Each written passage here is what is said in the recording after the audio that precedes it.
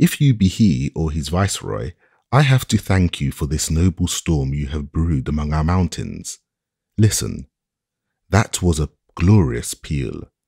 Ah, to a lover of the majestic, it is a good thing to have the thunderer himself in one's cottage. The thunderer grows finer for that. But pray be seated. The old rush-bottomed armchair, I grant, is a poor substitute for your evergreen throne on Olympus, but condescend to be seated. While I thus pleasantly spoke, the stranger eyed me, half in wonder and half in a strange sort of horror, but did not move a foot. Do, sir, be seated. You need to be dried ere going forth again.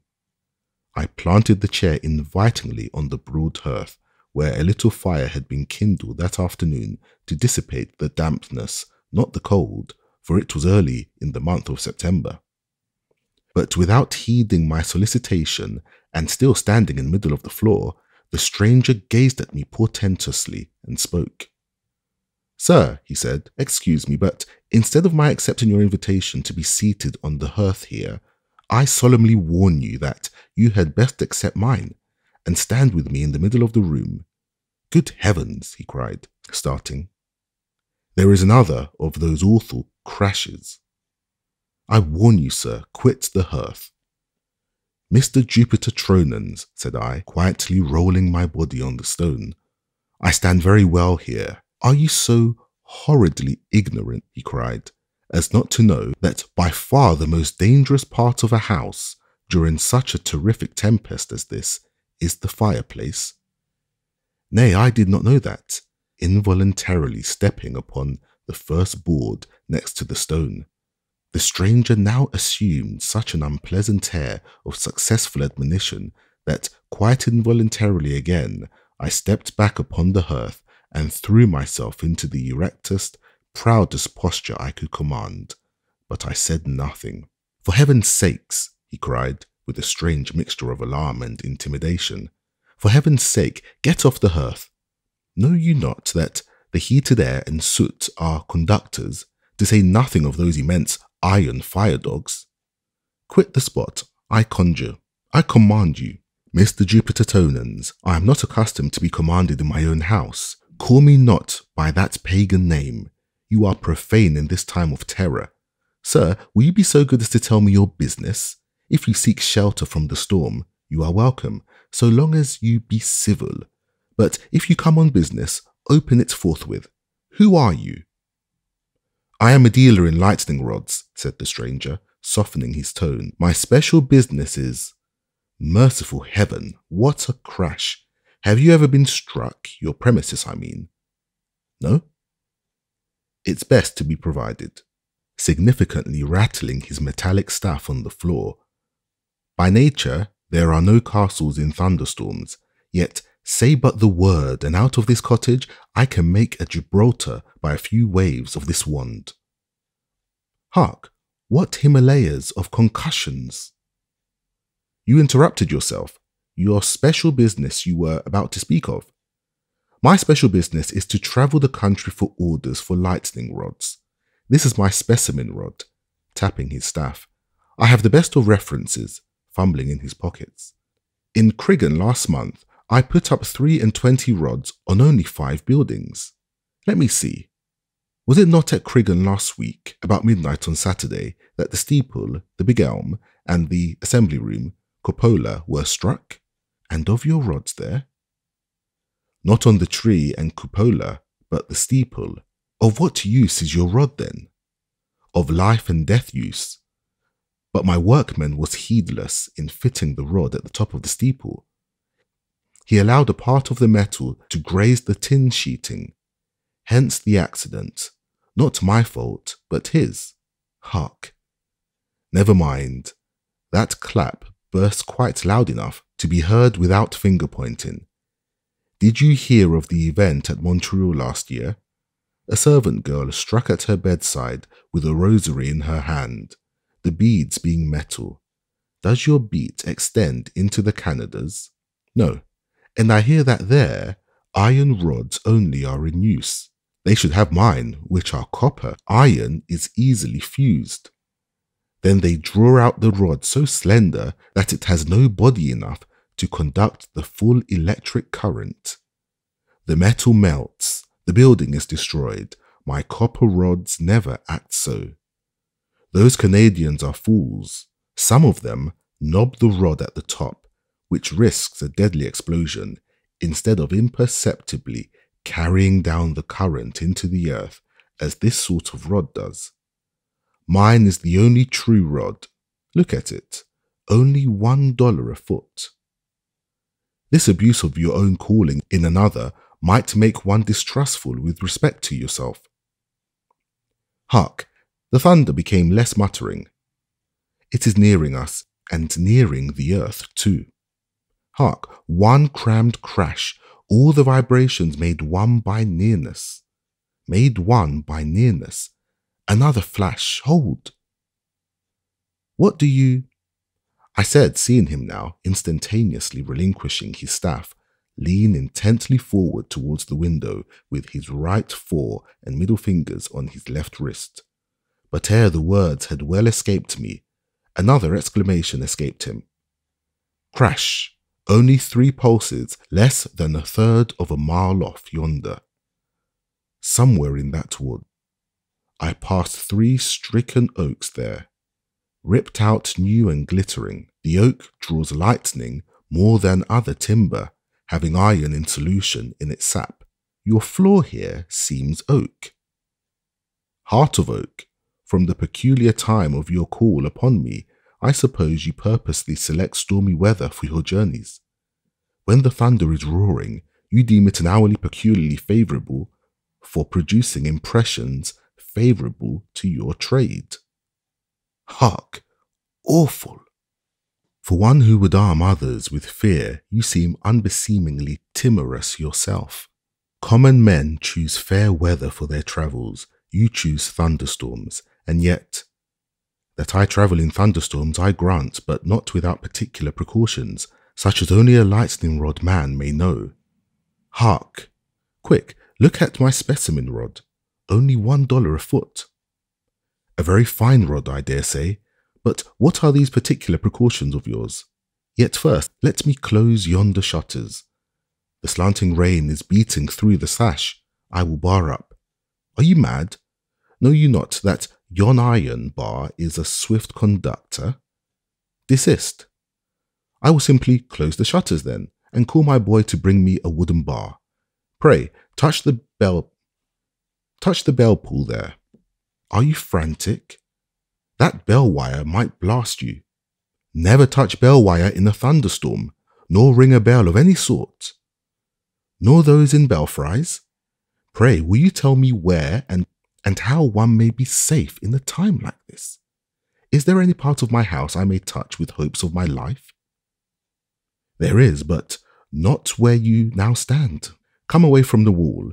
The current will sometimes run down a wall, and a man being a better conductor than a wall, it would leave the wall and run into him. Swoop! That must have fallen very nigh. That must have been globular lightning. Very probable. Tell me at once, which is, in your opinion, the safest part of this house? This room, and this one spot in it where I stand. Come hither. The reasons first. After the flash, the gust, the sashes shiver, the house, come hither to me. The reasons, if you please, come hither to me. Thank you again. I think I will try my old stand, the hearth.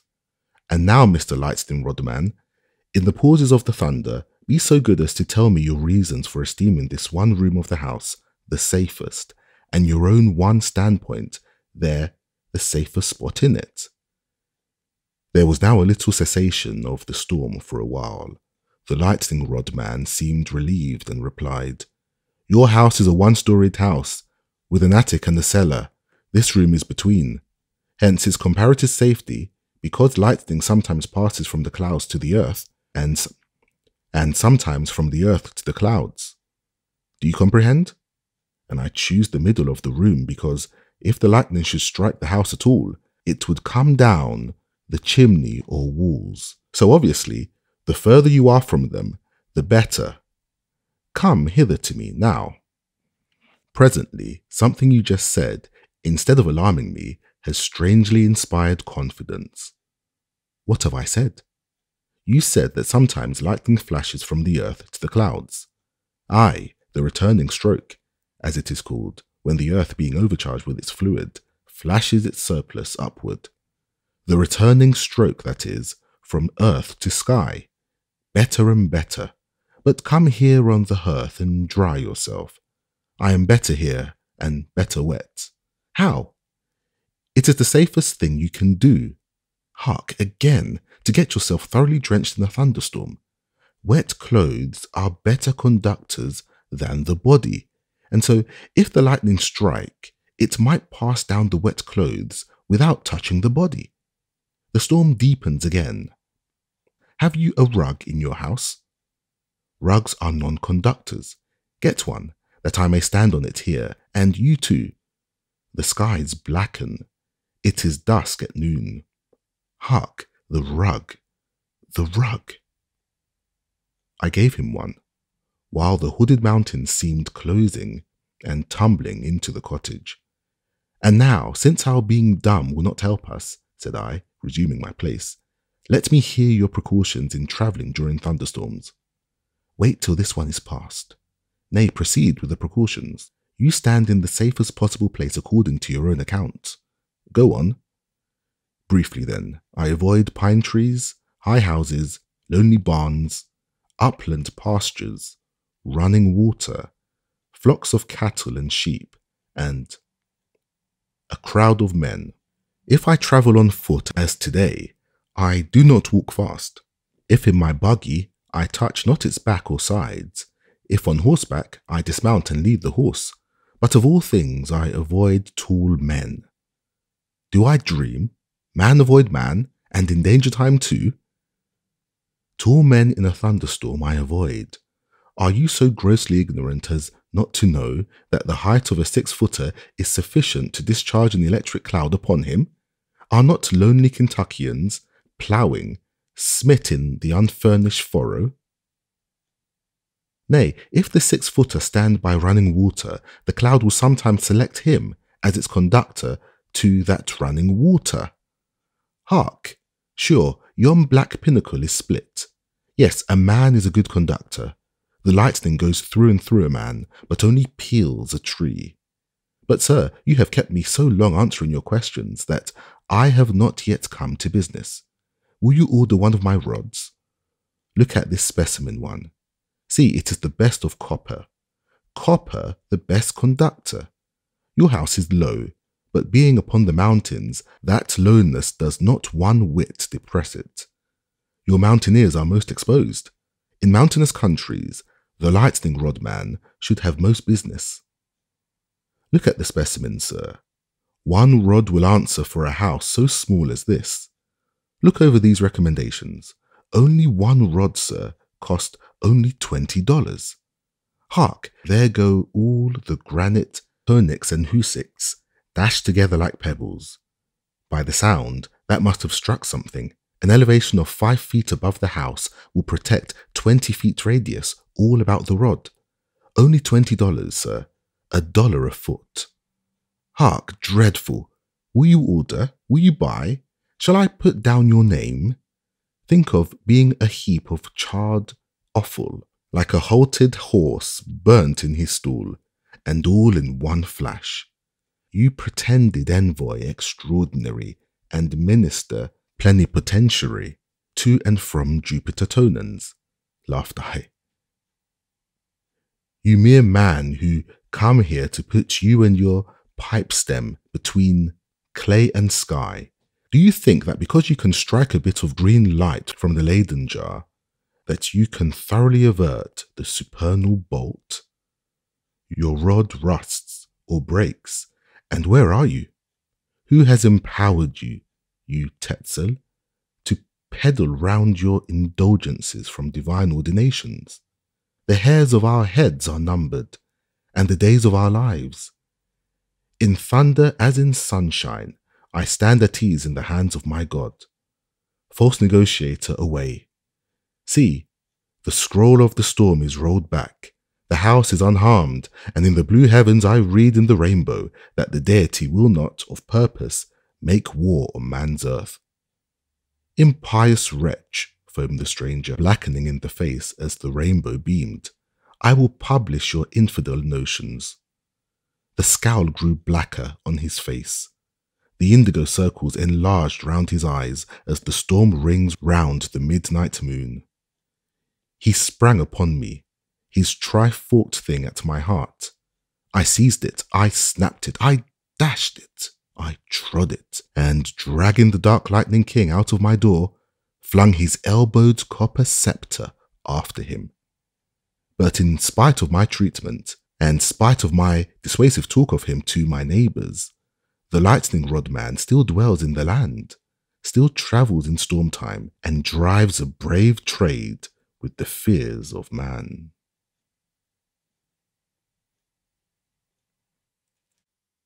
The Enchanted Isles. Take 25 heaps of cinders dumped here and there in an outside city lot. Imagine some of them magnified into mountains and the vacant lot the sea, and you will have a fit idea of the general aspect of the Enchanted or Enchanted Isles. A group rather of extinct volcanoes than of isles, looking much as the world at large might after a penal conflagration. It is to be doubted whether any spot of earth can, in desolateness, furnish a parallel to this group. Abandoned cemeteries of long ago, old cities by piecemeal tumbling to the ruin, these are melancholy enough, but like all else which has but once been associated with humanity, they still awaken in us some thoughts of sympathy, however sad. Hence even the Dead Sea, along with whatever other emotions it may at times inspire, does not fail to touch in the pilgrim some of his less unpleasurable feelings. And as for solitariness, the great forest of the north, the expanses of unnavigated waters, the Greenland icefields, are the profoundest of solitudes to the human observer. Still, the magic of their changeable tides and seasons mitigates their terror, because though unvisited by men, these forests are visited by the May. The remotest seas reflect familiar stars, even as Lake Erie does, and in the clear air of the fine polar day, the irradiated azure ice shows beautifully as malachite. But the special curse, as one may call it, of the Enchanted, that which exalts them in desolation above Idumea and the pole, is that to them change never comes, neither the change of seasons nor of sorrows. Cut by the equator, they know not autumn and they know not spring, while already reduced to the lees of fire, ruin itself can work little more upon them. The showers refresh the deserts, but in their isles rain never falls. Like split Syrian gourds left withering in the sun, they are cracked by an everlasting drought beneath a torrid sky. Have mercy upon me, the wailing spirit of the Enchanted seems to cry, and send Lazarus that he may dip the tip of his finger in water and cool my tongue, for I am tormented in this flame. Another feature in these isles is their empathetic uninhabitableness. It is deemed a fit type of all forsaken overthrow that the jackals should den in the wastes of weedy Babylon, but the Enchanted refuse to harbour even the outcasts of the beast. Man and wolf alike disown them. Little but reptile life is found here: tortoises, lizards, immense spiders, snakes, and that strangest anomaly of outlandish nature, the iguano. No voice, no low, no howl is heard. The chief sound of life here is a hiss. On most of the isles where vegetation is found at all, it is more ungrateful than the blankness of Arakama. Tangled thickets of wiry bushes, without fruit and without a name, springing up among deep fissures of calcined rock, and treacherously masking them, or a parched growth of distorted cactus trees. In many places the coast is rock-bound, or more properly, clinker-bound, tumbled masses of blackish or greenish stuff like the dross of an iron furnace, forming dark clefts and caves here and there, into which a ceaseless sea pours a fury of foam, overhanging them with a swirl of grey, haggard mist, amidst which sail screaming flights of unearthly birds, heightening the dismal din. However calm the sea without, there is no rest for these swells and those rocks. They lash and are lashed, even when the outer ocean is most at peace with itself. On the oppressive, cloudy days, such as are peculiar to this part of the watery equator, the dark, vitrified masses, many of which raise themselves among white whirlpools and breakers in detached and perilous places off the shore, present a most Plutonian sight. In no world but a fallen one could such lands exist. Those parts of the strand free from the marks of fire stretch away in wide level beaches of multitudinous dead shells, and here and there decayed bits of sugarcane, bamboos and coconuts, washed upon this other and darker world, from the charming Palm Isles to the westward and southward, all the way from Paradise to Tartarus. While mixed with the relics of distant beauty, you will sometimes see fragments of charred wood and mouldering ribs of wrecks. Neither will any one be surprised at meeting these last, after observing the conflicting currents which eddy throughout nearly all the wide channels of the entire group. The capriciousness of the tides of air sympathizes with those of the sea. Nowhere is the wind so light, baffling, and every way unreliable, and so given to perplexing calms as at the Enchanted Isles. Nigh a month has been spent by a ship going from one isle to another, though but 90 miles between, for owing to the force of the current, the boats employed to tow barely suffice to keep the craft from sweeping upon the cliffs, but do nothing towards accelerating her voyage.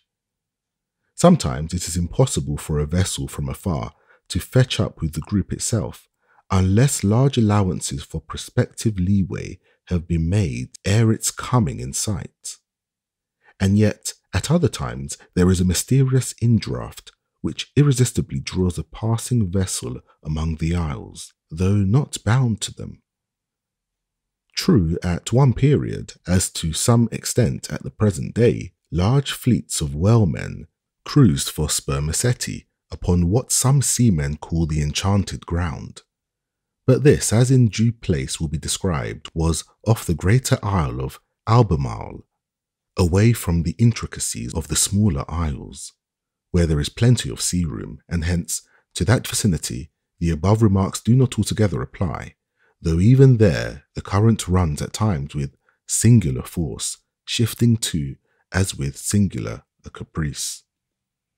Indeed, there are seasons when currents quite unaccountable prevail for a great distance round about the total group, and are so strong and irregular as to change a vessel's course against the helm, though sailing at the rate of 4 or 5 miles the hour.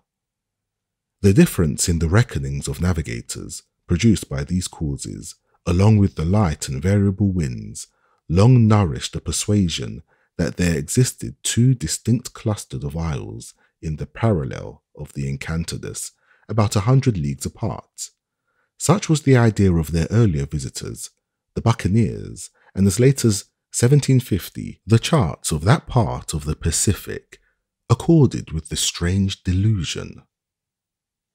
And this apparent fleetingness and unreality of the locality of the isles was most probably one reason for the Spaniards calling them the Encantada, or Enchanted Group.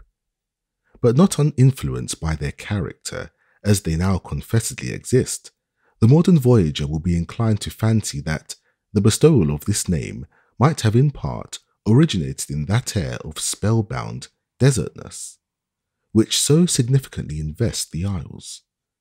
Nothing can better suggest the aspect of once living things malignly crumbled from ruddiness into ashes.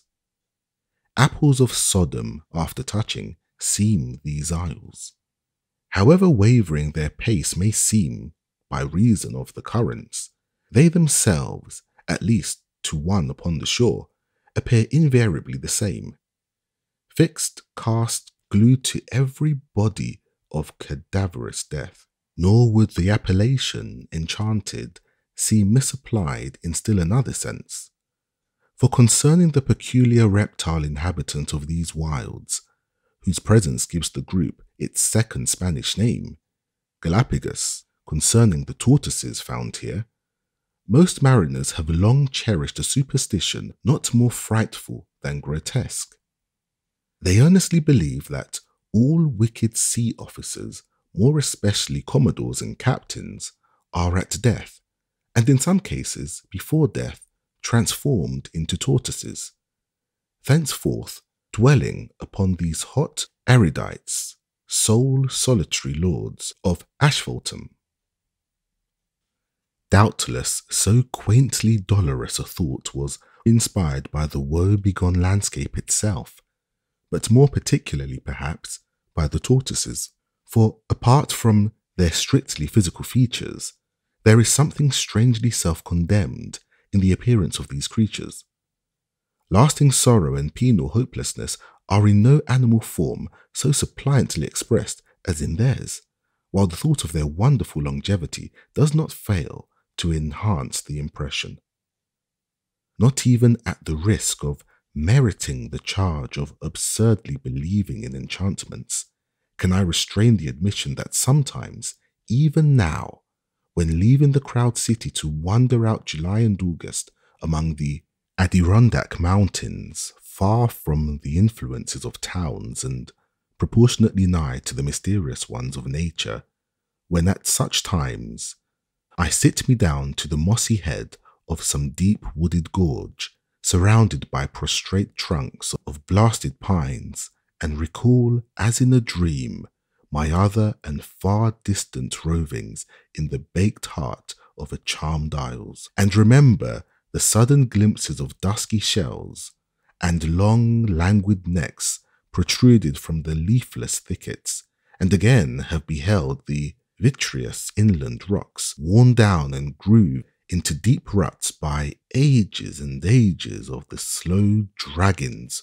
of tortoises in quest of pools of scanty water. I can hardly resist the feeling that in my time I have indeed slept upon everly enchanted ground. Nay, such is the vividness of my memory, or the magic of my fancy, that I know not whether I am not the occasional victim of optical delusion concerning the Galapagos.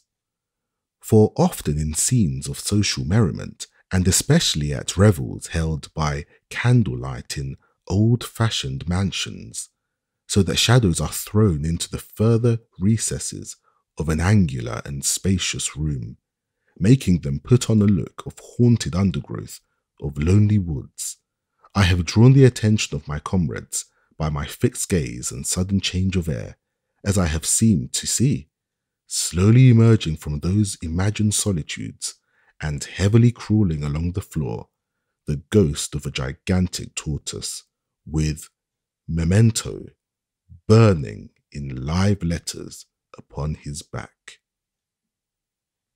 In view of the description given, may one be gay upon the Enchanted? Yes, that is, find one the gaiety, and he will be gay.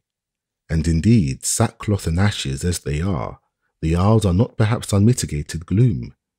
For while no spectator can deny their claims to a most solemn and superstitious consideration, no more than my firmest resolutions can decline to behold the spectre tortoise when emerging from its shadowy recess, yet even the tortoise, dark and melancholy as it is upon the back, still possesses a bright side, its callipee or breastplate being sometimes of a faint yellowish or golden tinge. Moreover, everyone knows that tortoises, as well as turtle, are of such a make that if you but put them on their backs, you thereby expose their bright sides without the possibility of their recovering themselves and turning into view the other. But after you have done this, and because you have done this, you should not swear that the tortoise has no dark side. Enjoy the bright, keep it turned up perpetually if you can, but be honest and don't deny the black. Neither should he who cannot turn the tortoise from its natural position so as to hide the darker and expose his livelier aspect like a great October pumpkin in the sun, for that cause declare the creature to be one total inky blot. The tortoise is both black and bright, but let us to particulars. Some months before my first stepping ashore upon the group, my ship was cruising in its close vicinity.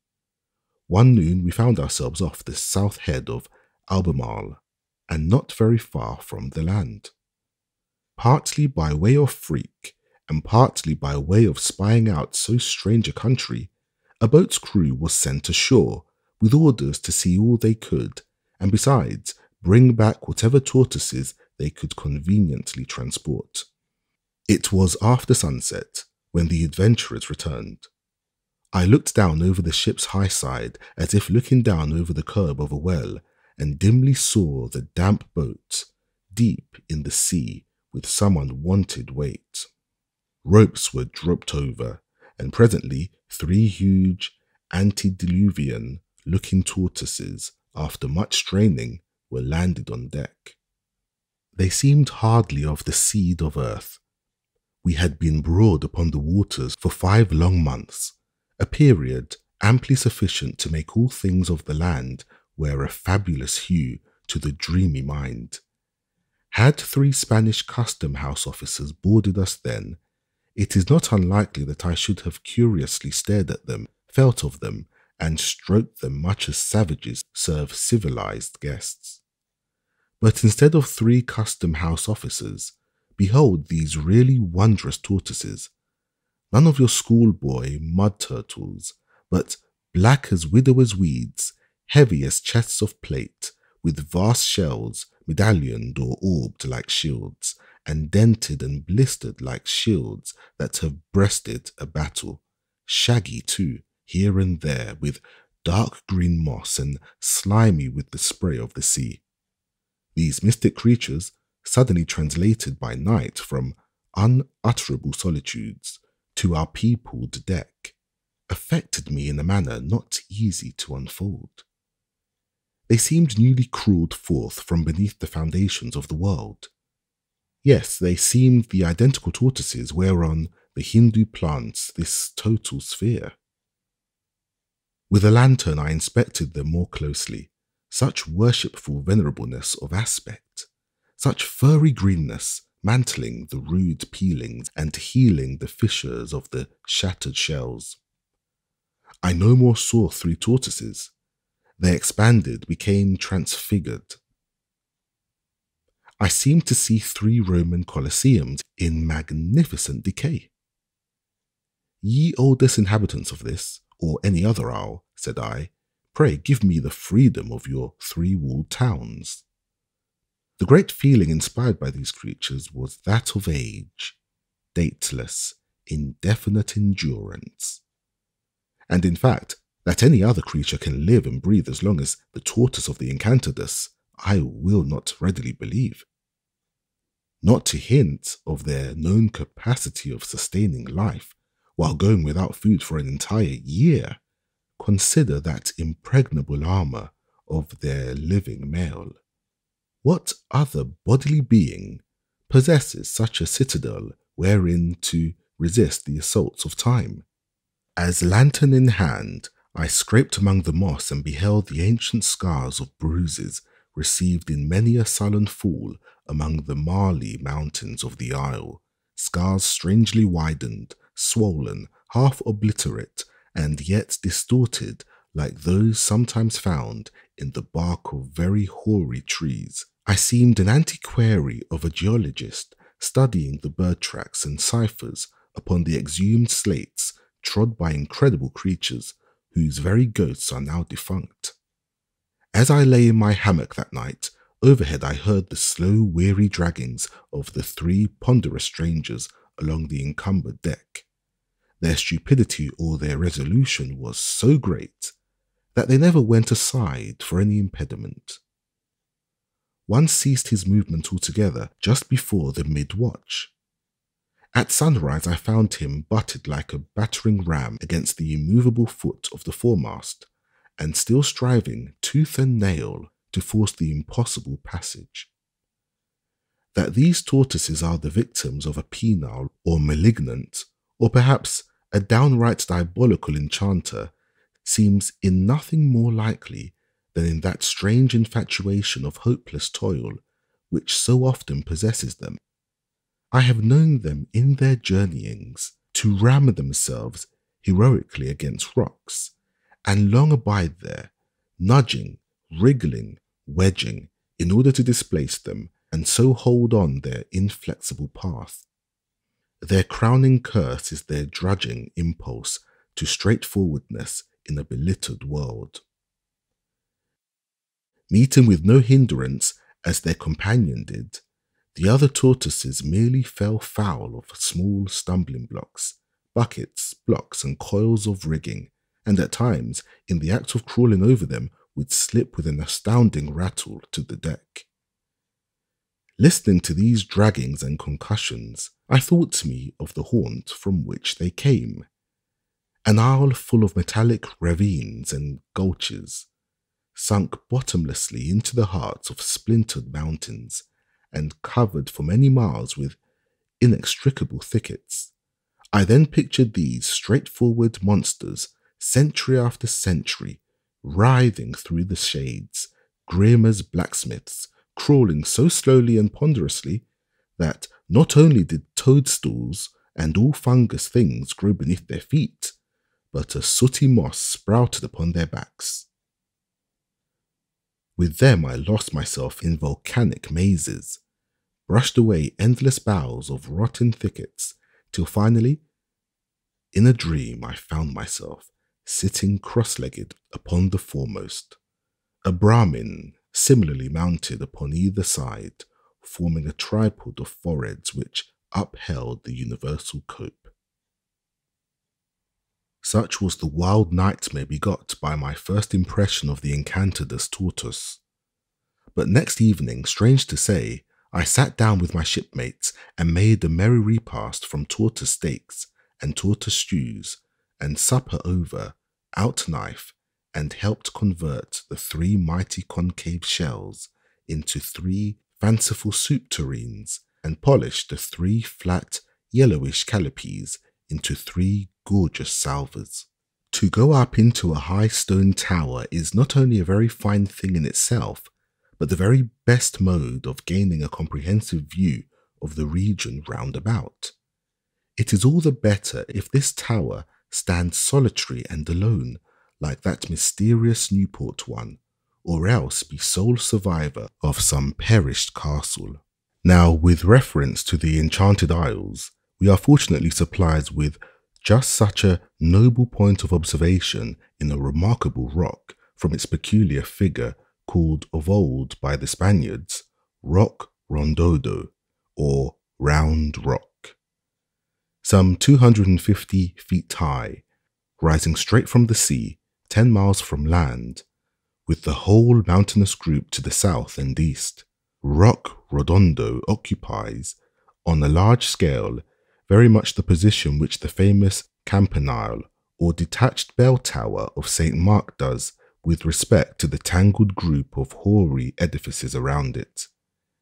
Ere ascending, however, to gaze abroad upon the Encantadas, this sea tower itself claims attention. It is visible at a distance of 30 miles, and fully participating in that enchantment which pervades the group, when first seen afar invariably is mistaken for a sail. 4 leagues away, of a golden hazy noon, it seems some Spanish admiral's ship stacked up with glittering canvas. Sail ho! Sail ho! Sail ho! From all 3 masts. But coming nigh, the enchanted frigate is transformed apace into a craggy keep. My first visit to the spot was made in the grey of the morning, With a view of fishing, we had lowered 3 boats and, pulling some 2 miles from our vessel, found ourselves just before dawn of day, close under the moon shadow of Redondo. Its aspect was heightened and yet softened by a strange double twilight of the hour. The great full moon burnt in the low west like a half-spent beacon, casting a soft, mellow tinge upon the sea, like that cast by a waning fire of embers upon a midnight hearth. While along the entire east, the invisible sun sent pallid intimations of his coming. The wind was light, the waves languid, the stars twinkled with a faint effulgence. All nature seemed quite supine with the long night watch, and half suspended in jaded expectation of the sun. This was the critical hour to catch Redondo in his perfect mood. The twilight was just enough to reveal every striking point without tearing away the dim investiture of wonder. From a broken stair-like base, washed as the steps of a water palace by the waves, the tower rose in entablatures of strata to a shaven summit. These uniform layers which composed the mass form its most peculiar feature, for at their lines of junction they project flatly into encircling shelves, from top to bottom, rising one above another in graduated series. And as the eaves of any old barn or abbey are alive with swallows, so were all these rocky ledges with unnumbered seafowl, eaves upon eaves and nests upon nests. Here and there were long birdlime streaks of a ghostly white staining the tower from sea to air, readily accounting for its cell-like look afar. All would have been bewitchingly quiescent were it not for the demoniac din created by the birds. Not only were the eaves rustling with them, but they flew densely overhead, spreading themselves into a winged and continually shifting canopy. The tower is the resort of aquatic birds for hundreds of leagues around. To the north, to the east, to the west, stretches nothing but eternal ocean, so that the man-of-war hawk coming from the coast of North America, Polynesia, or Peru makes his first land at Redondo.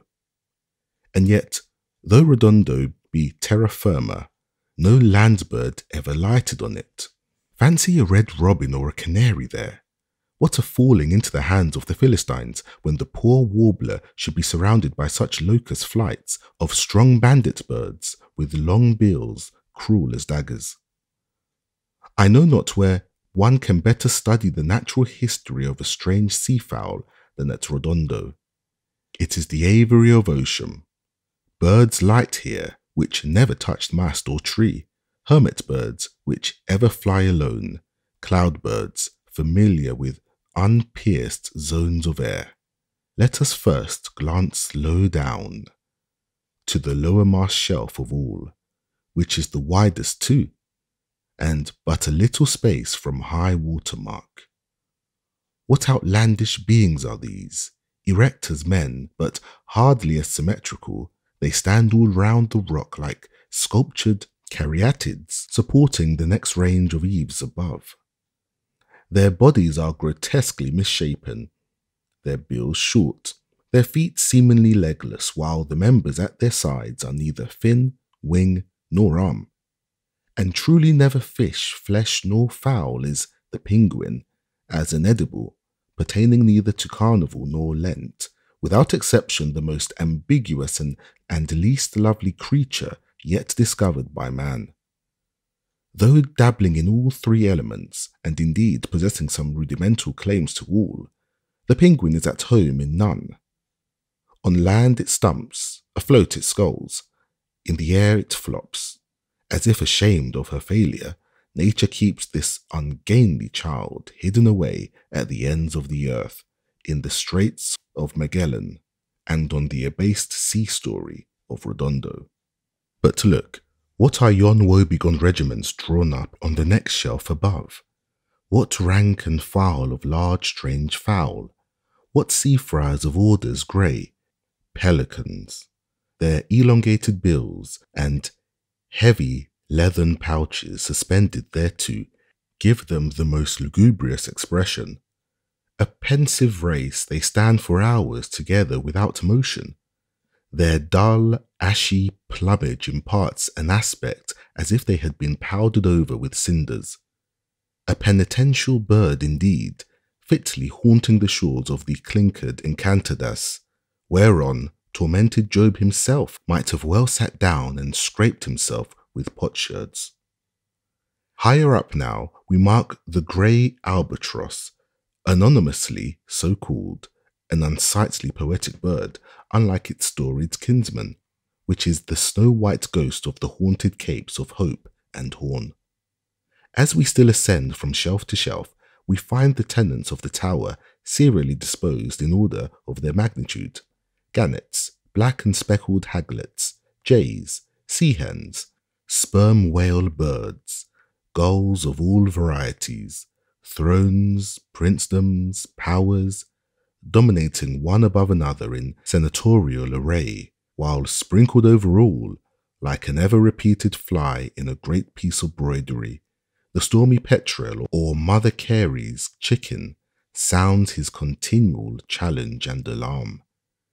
That this mysterious hummingbird of ocean, which had its but brilliancy of hue, might from its evanescent liveliness be almost called its butterfly, yet whose chirp under the stern is ominous to mariners as to the peasant, the death tick sounding from behind the chimney jamb, should have its special haunt at the Enchanted Isles, contributes in the seaman's mind not a little to their dreary spell.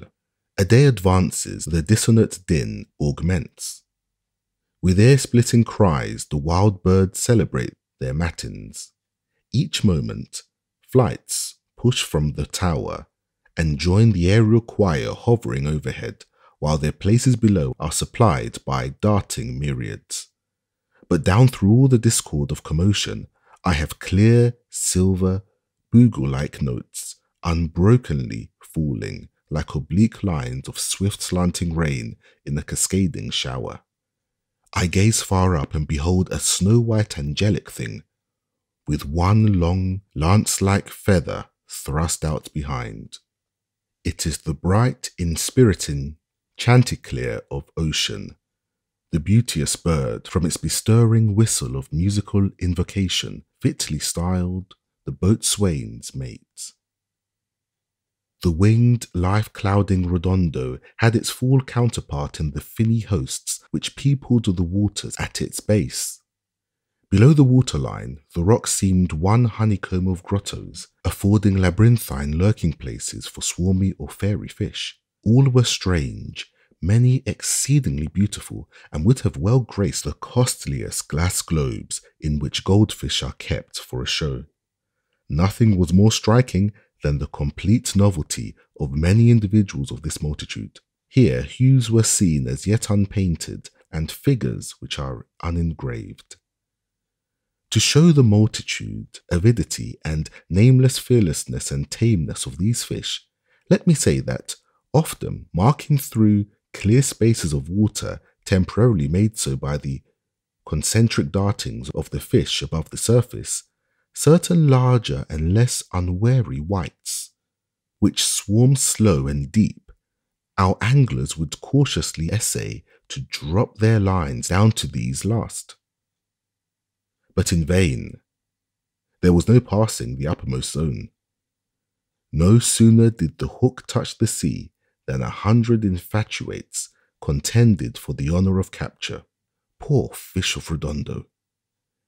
In your victimized confidence, you are of the number of those who inconsiderately trust, while they do not understand human nature. But the dawn is now fairly day. Band after band, the seafowl sail away to forage the deep for their food. The tower is left solitary, save the fish caves at its base. Its bird-lime gleams in the golden rays like the whitewash of a tall lighthouse or the lofty sails of a cruiser. This moment, doubtless, while we know it to be a dead, desert rock, other voyagers are taking oaths it is a glad, populous ship. But ropes now, and let us ascend, yet soft, this is not so easy. A Pisgah view from the rock. That done, he leads him to the highest mount, from whence, far off he unto him did show. If you seek to ascend Rock Redondo, take the following prescription. Go 3 voyages round the world as a main loyal man of the tallest frigate that floats. Then serve a year or 2 apprenticeship to the guides who conduct strangers up the peak of Tenerife, and as many more respectively to a rope dancer, an Indian juggler, and a chamois. This done, come to be rewarded by the view from our tower. How we get there, we alone know. If we sought to tell others, what the wiser were they? Suffice it, that here at the summit you and I stand. Does any balloonist, does the outlooking man in the moon, take a broader view of space? Much thus, one fancies, looks the universe from Milton's celestial battlements, a boundless watery Kentucky. Here Daniel Boone would have dwelt content. Never heed for the present yonder burnt district of the Enchanted Isles. Look edgeways, as it were, past them to the south. You see nothing, but permit me to point out the direction, if not the place, of certain interesting objects within the vast sea, which, kissing the tower's base, we behold unscrolling itself towards the Antarctic pole. We stand now 10 miles from the equator. Yonder to the east, some 600 miles, lies the continent, this rock being just about on the parallel of Quito. Observe another thing here. We are at once of 3 uninhabited clusters which, at pretty nearly uniform distances from the main, sentinel, at long intervals from each other, the entire coast of South America. In a peculiar manner also, they terminate the South American character of country. Of the unnumbered Polynesian chains to the westward, not one partakes of the qualities of the Enchanted or Galapagos, the Isles of St. Felix and St. Ambrose, the Isles Juan Fernandez and Massafrero. Of the first, it needs not here to speak. The second lie a little above southern tropic, lofty, inhospitable and uninhabitable rocks, one of which, presenting 2 round hummocks connected by a low reef, exactly resembles a huge double-headed shot, the last lying in the latitude of 33 degrees Celsius, high, wild and cloven. Juan Fernandez is sufficiently famous without further description. Massafrero is a Spanish name, expressive of the fact that the isle so called lies more without, that is, further off the main, than its neighbour Juan. This isle, Massafrero, has a very imposing aspect at a distance of 8 or 10 miles. Approached in one direction in cloudy weather, its great overhanging height and rugged contour, and more especially a peculiar slope of its broad summits, give it much the air of a vast iceberg drifting in tremendous poise.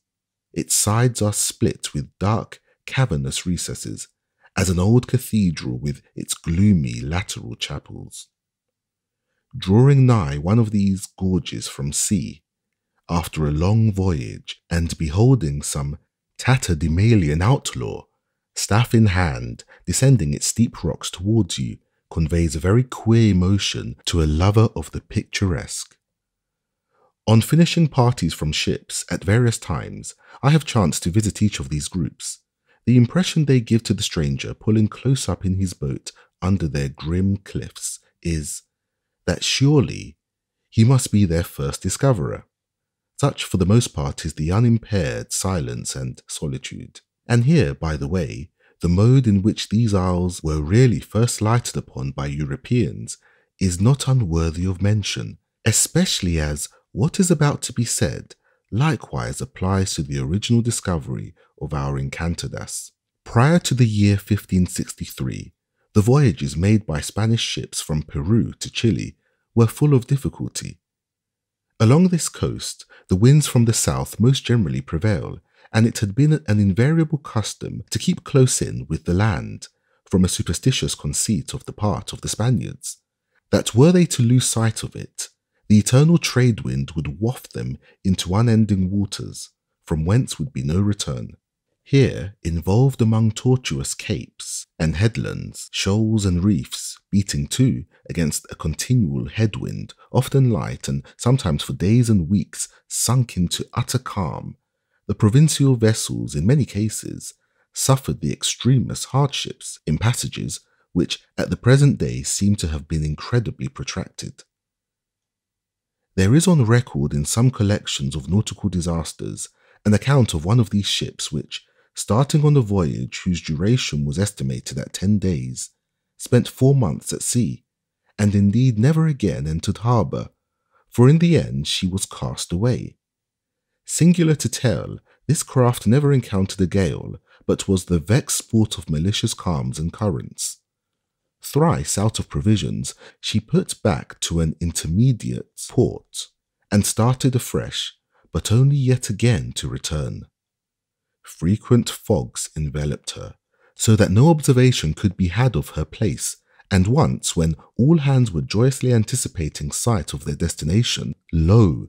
The vapours lifted and disclosed the mountains from which they had taken their first departure. In the like deceptive vapours she at last struck upon a reef, whence ensued a long series of calamities too sad to detail. It was a famous pilot, Juan Fernandez, immortalized by the island named after him, who put an end to these coasting tribulations by boldly venturing to experiment, as De Gama did before him with respect to Europe, of standing broad out from land.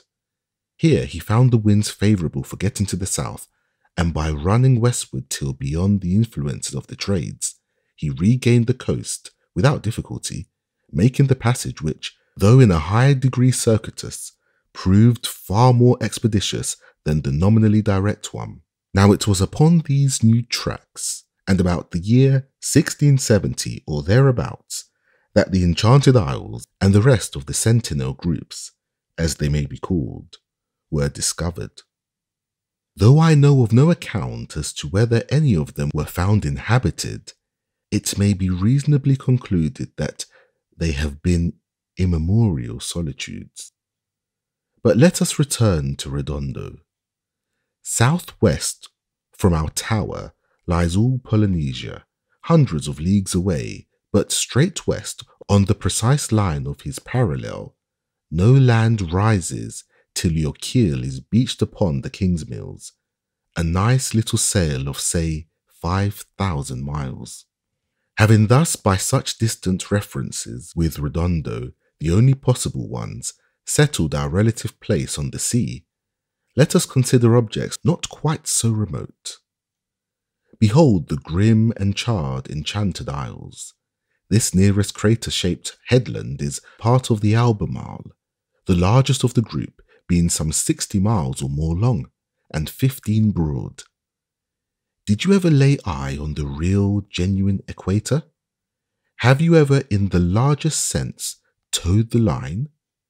Well, that identical crater-shaped headland there, all yellow lava, is cut by the equator exactly as a knife cut straight through the centre of a pumpkin pie. If you could only see so far, just to one side of that same headland, across yon low, dikey ground, you would catch sight of the Isle of Narborough, the loftiest land of the cluster, no soil whatever. One seamed clinker from top to bottom, abounding in black caves like smithies, its metallic shore ringing underfoot like plates of iron, its central volcanoes standing grouped like a gigantic chimney stack. Narborough and Albemarle are neighbours after a quite curious fashion. A familiar diagram will illustrate this strange neighbourhood. Cut a channel of the above letter joint, and the middle traverse limb is Narborough, and all the rest is Albemarle. Volcanic Narborough lies in the black jaws of Albemarle, like a wolf's red tongue in his open mouth. If you now desire the population of Albemarle, I will give you, The statistics, according to the most reliable estimates made upon the spot. Men, none. Anteaters, unknown. Man-haters, unknown. Lizards, 500,000. Snakes, 500,000. Spiders, 10 million. Salamanders, unknown, making a clean total of 11 million. Exclusive of an incomputable host of fiends, anteaters, man-haters, and salamanders. Albemarle opened his mouth towards the setting sun. His distended jaws form a great bay which Narborough, his tongue, divides into halves, one whereof is called Weather Bay, the other Lee Bay, while the volcanic promontories terminating his coasts are styled South Head and North Head. I note this because these bays are famous in the animals of the sperm whale fishery. The whales come here at certain seasons to calve. When ships first cruised hereabouts, I am told, they used to blockade the entrance of Lee Bay, when their boats going round the Weather Bay passed through Narborough Channel, so had the leviathans very neatly in a pen. The day after we took fish at the base of this round tower, we had a fine wind, and shooting round the north headland, suddenly descried a fleet of full 30 sail, all beating to windward like a squadron in line. A brave sight as ever man saw.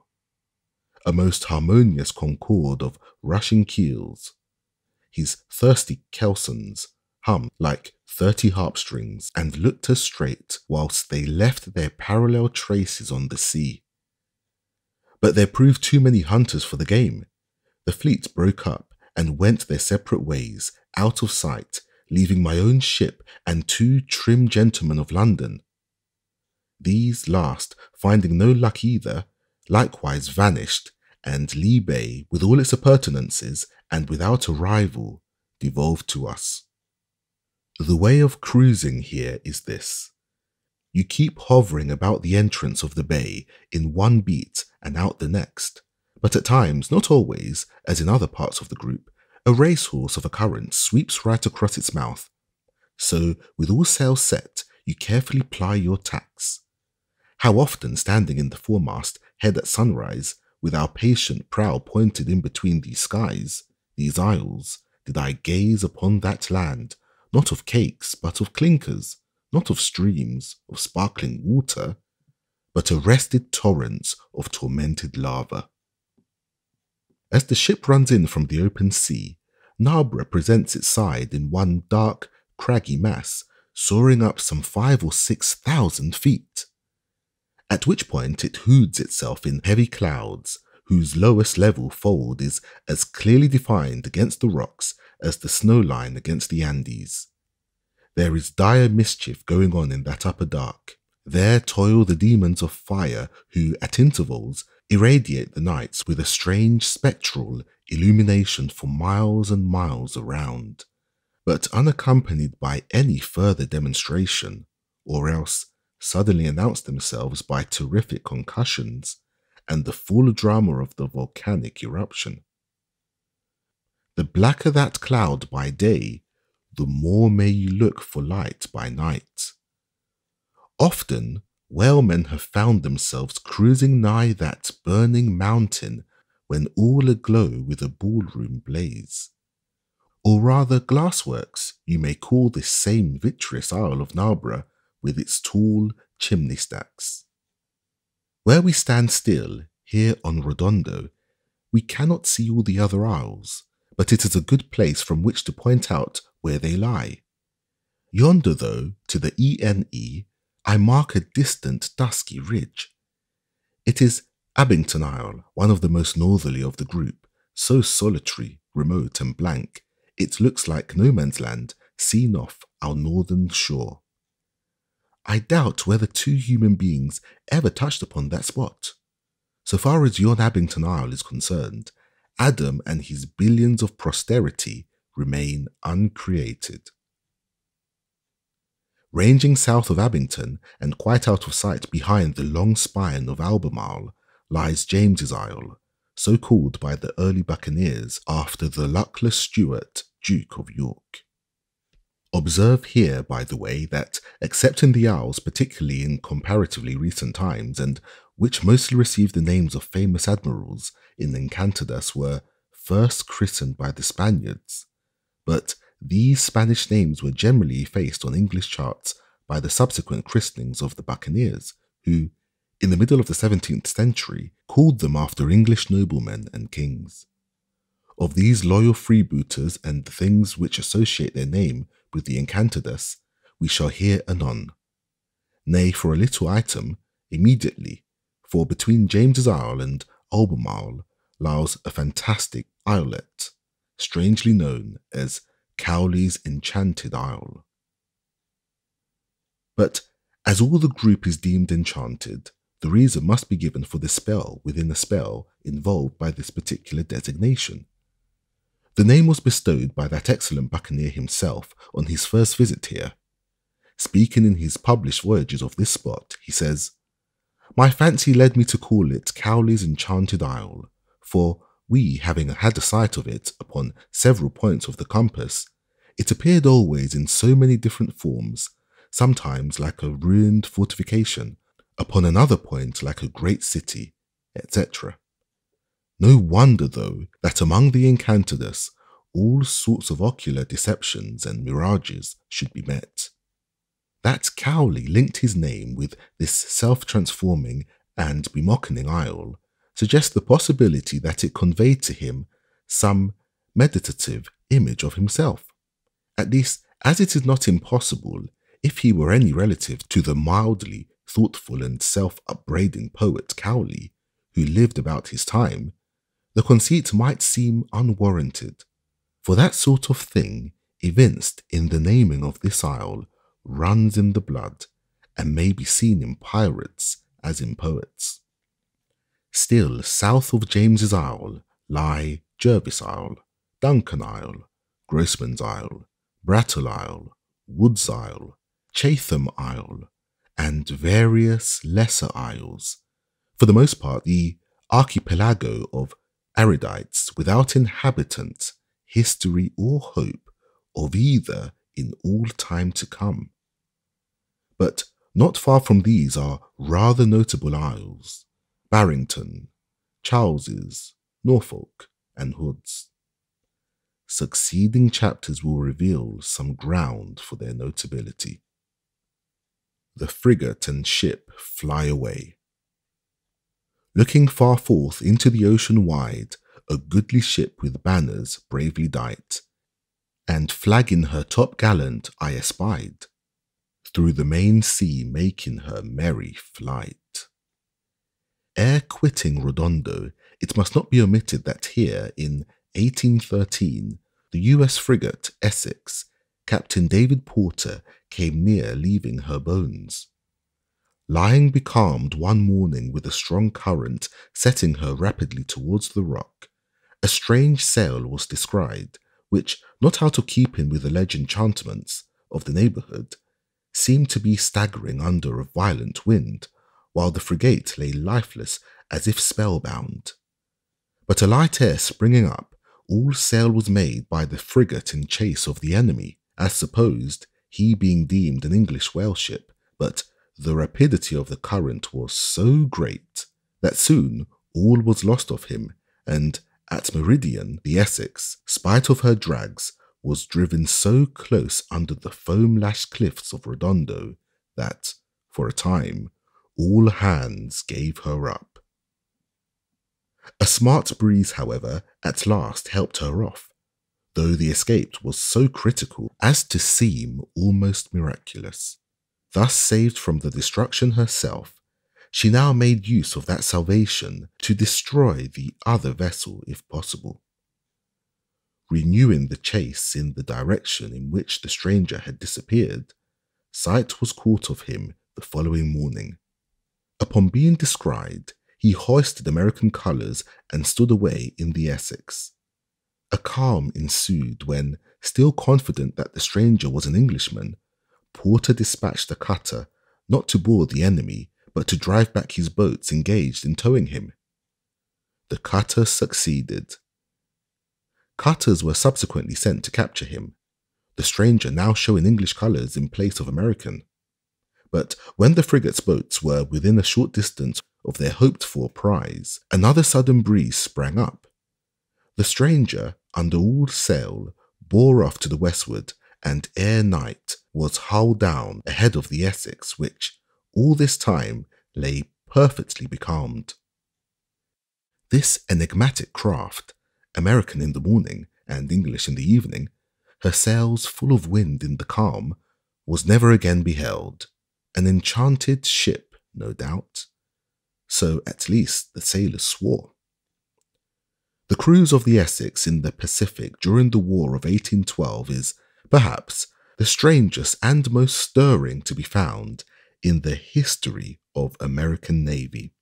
She captured the furthest wandering vessels, visited the remotest seas and isles, long hovered in the charmed vicinity of the Enchanted group, and finally valiantly gave up the ghost, fighting 2 English frigates in the harbour of Valparaiso.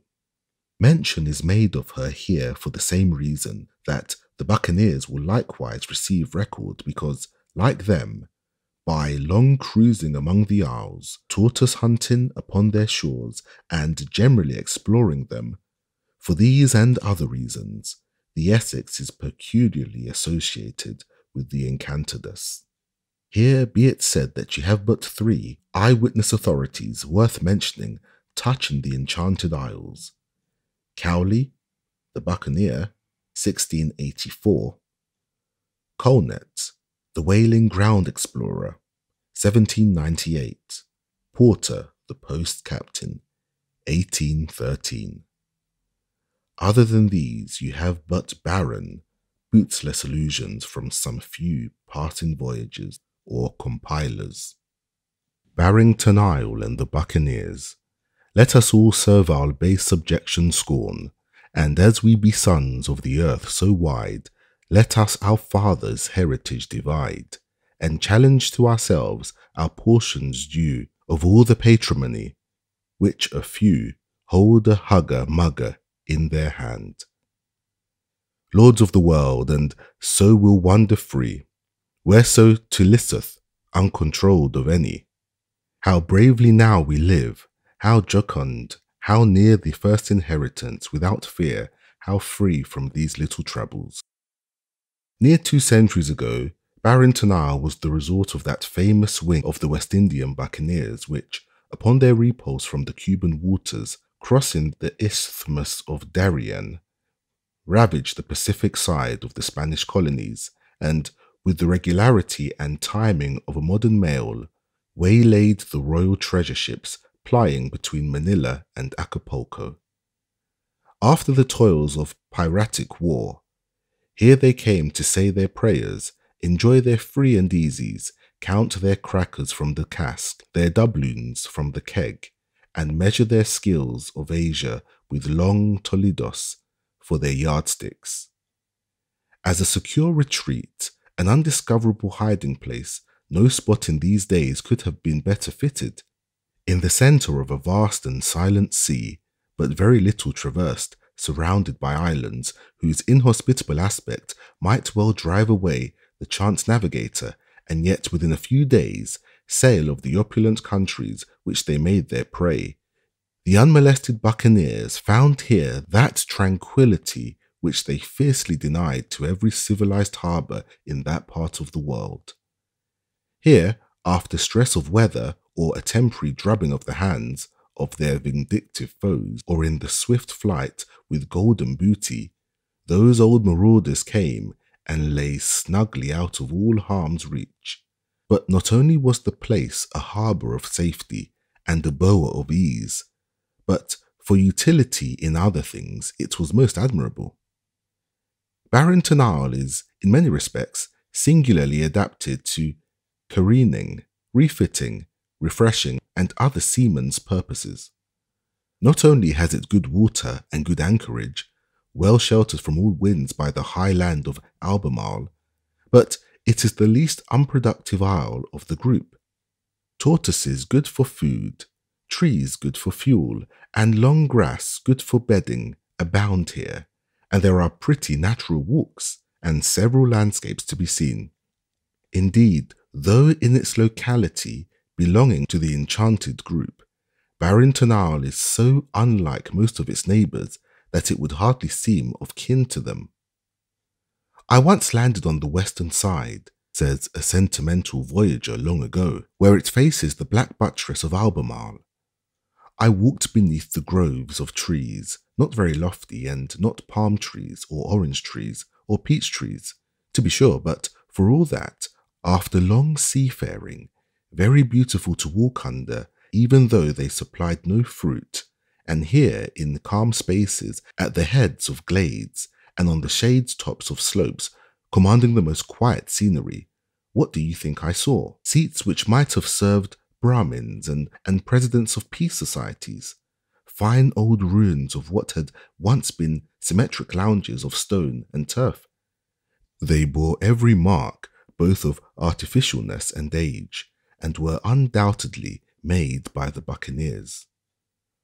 One had been a long sofa, with back and arms, just such a sofa as the poet's Gray might have loved to throw himself upon, his crebulon in hand.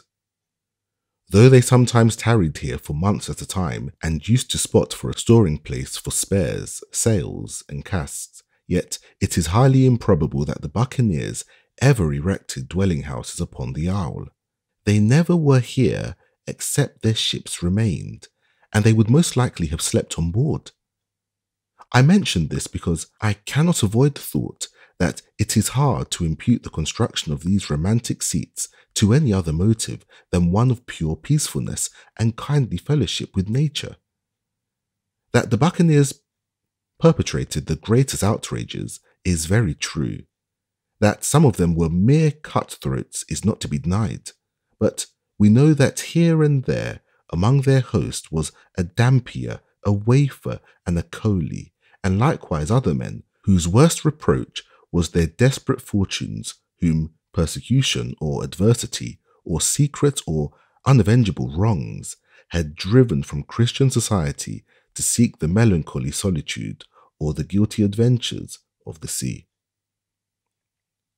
At any rate, long as those ruins of seats of Barrington remain, the most singular monuments are furnished to the fact that all the buccaneers were not unmitigated monsters. But during my ramble on the Isle, I was not long in discovering other tokens of things quite in accordance with those wild traits, popularly, and no doubt truly enough, imputed to the freebooters at large. Had I picked up old sails and rusty hoops, I would only have thought of the ship's carpenter and cooper. But I found old cutlasses and daggers reduced to mere threads of rust, which, doubtless, had struck between Spanish ribs ere now. These were signs of the murderer and robber. The reveller likewise had left his trace. Mixed with shells, fragments of broken jars were lying here and there, high up upon the beach. They were precisely like the jars now used upon the Spanish coast for the wine and pisco spirits of that country. With a rusty dagger fragment in one hand and a bit of a wine jar in another, I sat me down on the ruinous green sofa I have spoken of, and bethought me long and deeply of these same buccaneers. Could it be possible that they robbed and murdered one day, revealed the next, and rested themselves by turning meditative philosophers, rural poets, and seat builders on the third? Not very improbable at all, for consider the vacillations of a man. Still, strange as it may seem, I must also abide by the more charitable thought, namely that among these adventurers were some gentlemanly, companionable souls, capable of genuine tranquillity and virtue. Southwest of Barrington lies Charles's Isle, and hereby hangs a history which I gathered long ago from a shipmate learned in all the lore of outlandish life.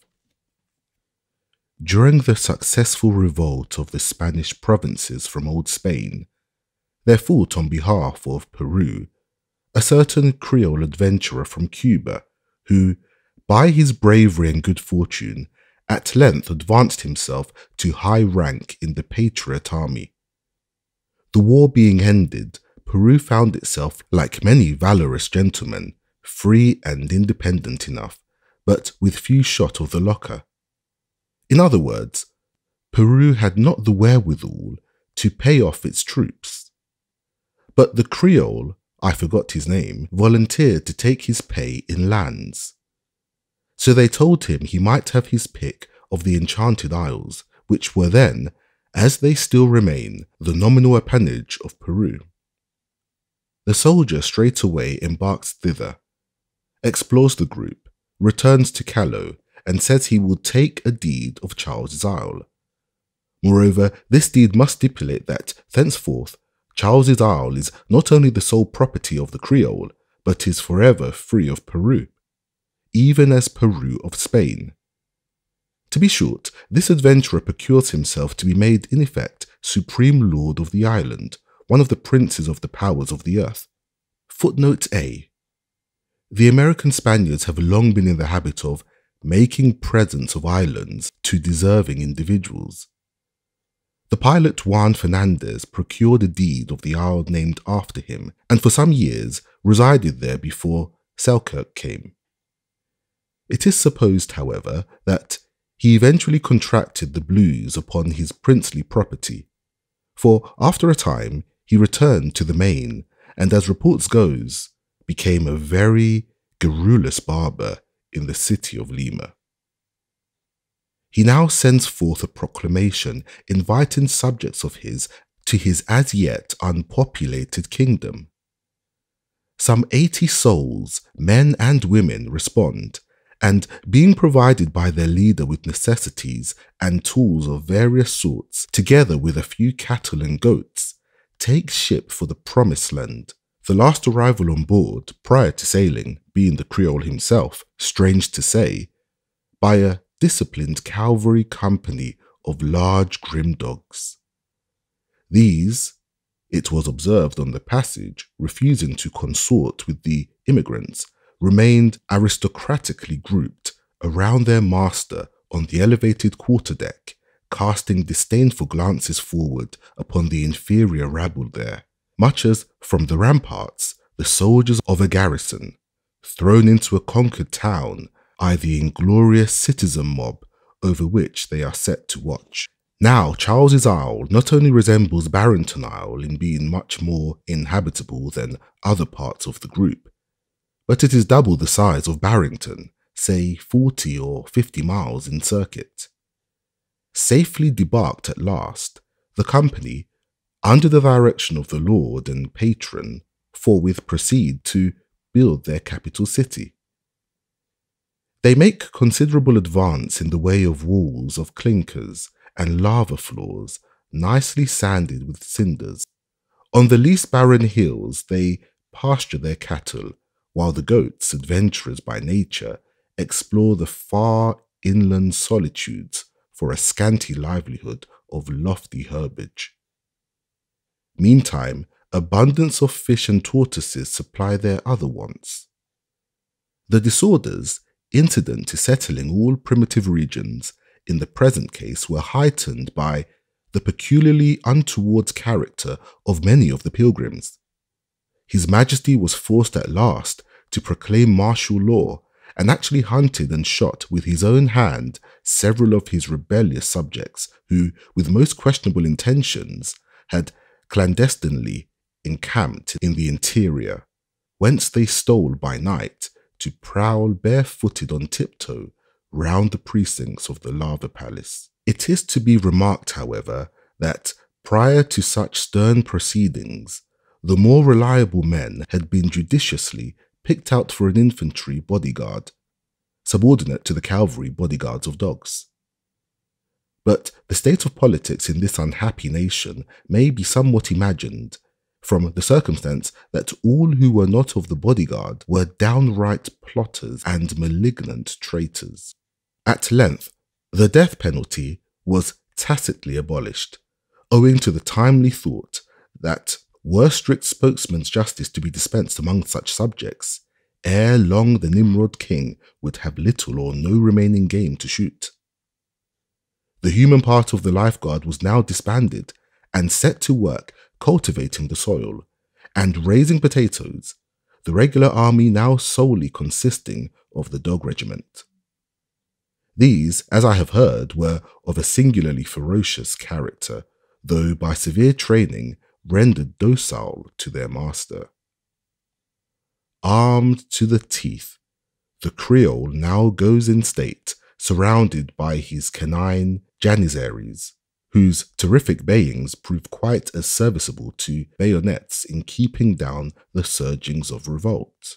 But the census of the owl, sadly lessened by the dispensation of justice and not materially recruited by matrimony, began to fill his mind with sad mistrust. Some way the population must be increased. Now, from its possessing a little water and its comparative pleasantness of aspect, Charles's Isle at this period was occasionally visited by foreign whalers. These His Majesty had always levied upon for port charges, hereby contributing to his revenue.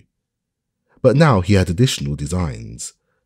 By insidious arts he, from time to time, cajoles certain sailors to desert their ships and enlist beneath his banner. Soon as missed, their captains crave permission to go and hunt them up, whereupon His Majesty first hides them very carefully away and then freely permits the search. In consequence, the delinquents are never found and the ship retire without them. Thus, by a two-edged policy of the crafty monarch, foreign nations were crippled in the number of their subjects, and his own were greatly multiplied. He particularly petted these renegade strangers. But alas for the deep-laid schemes of ambitious princes, and alas for the vanity of glory. As the foreign-born Praetorians, unwisely introduced into the Roman state, and still more unwisely made favourites of the emperors, at last insulted and overturned the throne, even so these lawless mariners, with all the rest of the bodyguard and all the populace, broke out into a terrible mutiny and defied their master. He marched against them with all his dogs. A deadly battle ensued upon the beach. It raged for 3 hours, the dogs fighting with determined valour, and the sailors reckless of everything but victory. 3 men and 13 dogs were left dead upon the field. Many on both sides were wounded, and the king was forced to fly with the remainder of his canine regiment. The enemy pursued, stoning the dogs with their master into the wilderness of the interior. Discontinuing the pursuit, the victors returned to the village of the shore, stove the spirit casks, and proclaimed a republic. The dead men were interred with the honours of war, and the dead dogs ignominiously thrown into the sea. At last, forced by stress of suffering, the fugitive Creole came down from the hills and offered to treat for peace. But the rebels refused it on any other terms than his unconditional banishment. Accordingly, the next ship that arrived carried away the ex-king of Peru. The history of the King of Charles's Island furnishes further illustration of the difficulty of colonizing barren islands with unprincipled pilgrims. Doubtless, for a long time, the exiled monarch, pensively ruralizing in Peru, which afforded him a safe asylum in his calamity, watched every arrival from the Enchanted to hear news of the failure of the Republic, the consequent penitence of the rebels, and his own recall to royalty. Doubtless he deemed the Republic but a miserable experiment which would soon explode. But no, the insurgents had confederated themselves into a democracy neither Grecian, Roman, nor American. Nay, it was no democracy at all, but a permanent reautocracy which gloried in having no law but lawlessness. Great inducements being offered to deserters, their ranks were swelled by accessions of scamps from every ship which touched their shores. Charles's Island was proclaimed the asylum of the oppressed of all navies.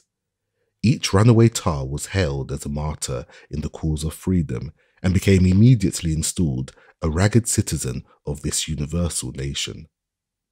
In vain, the captains of absconding seamen strove to regain them. Their new compatriots were ready to give any number of ornamental lies in their behalf.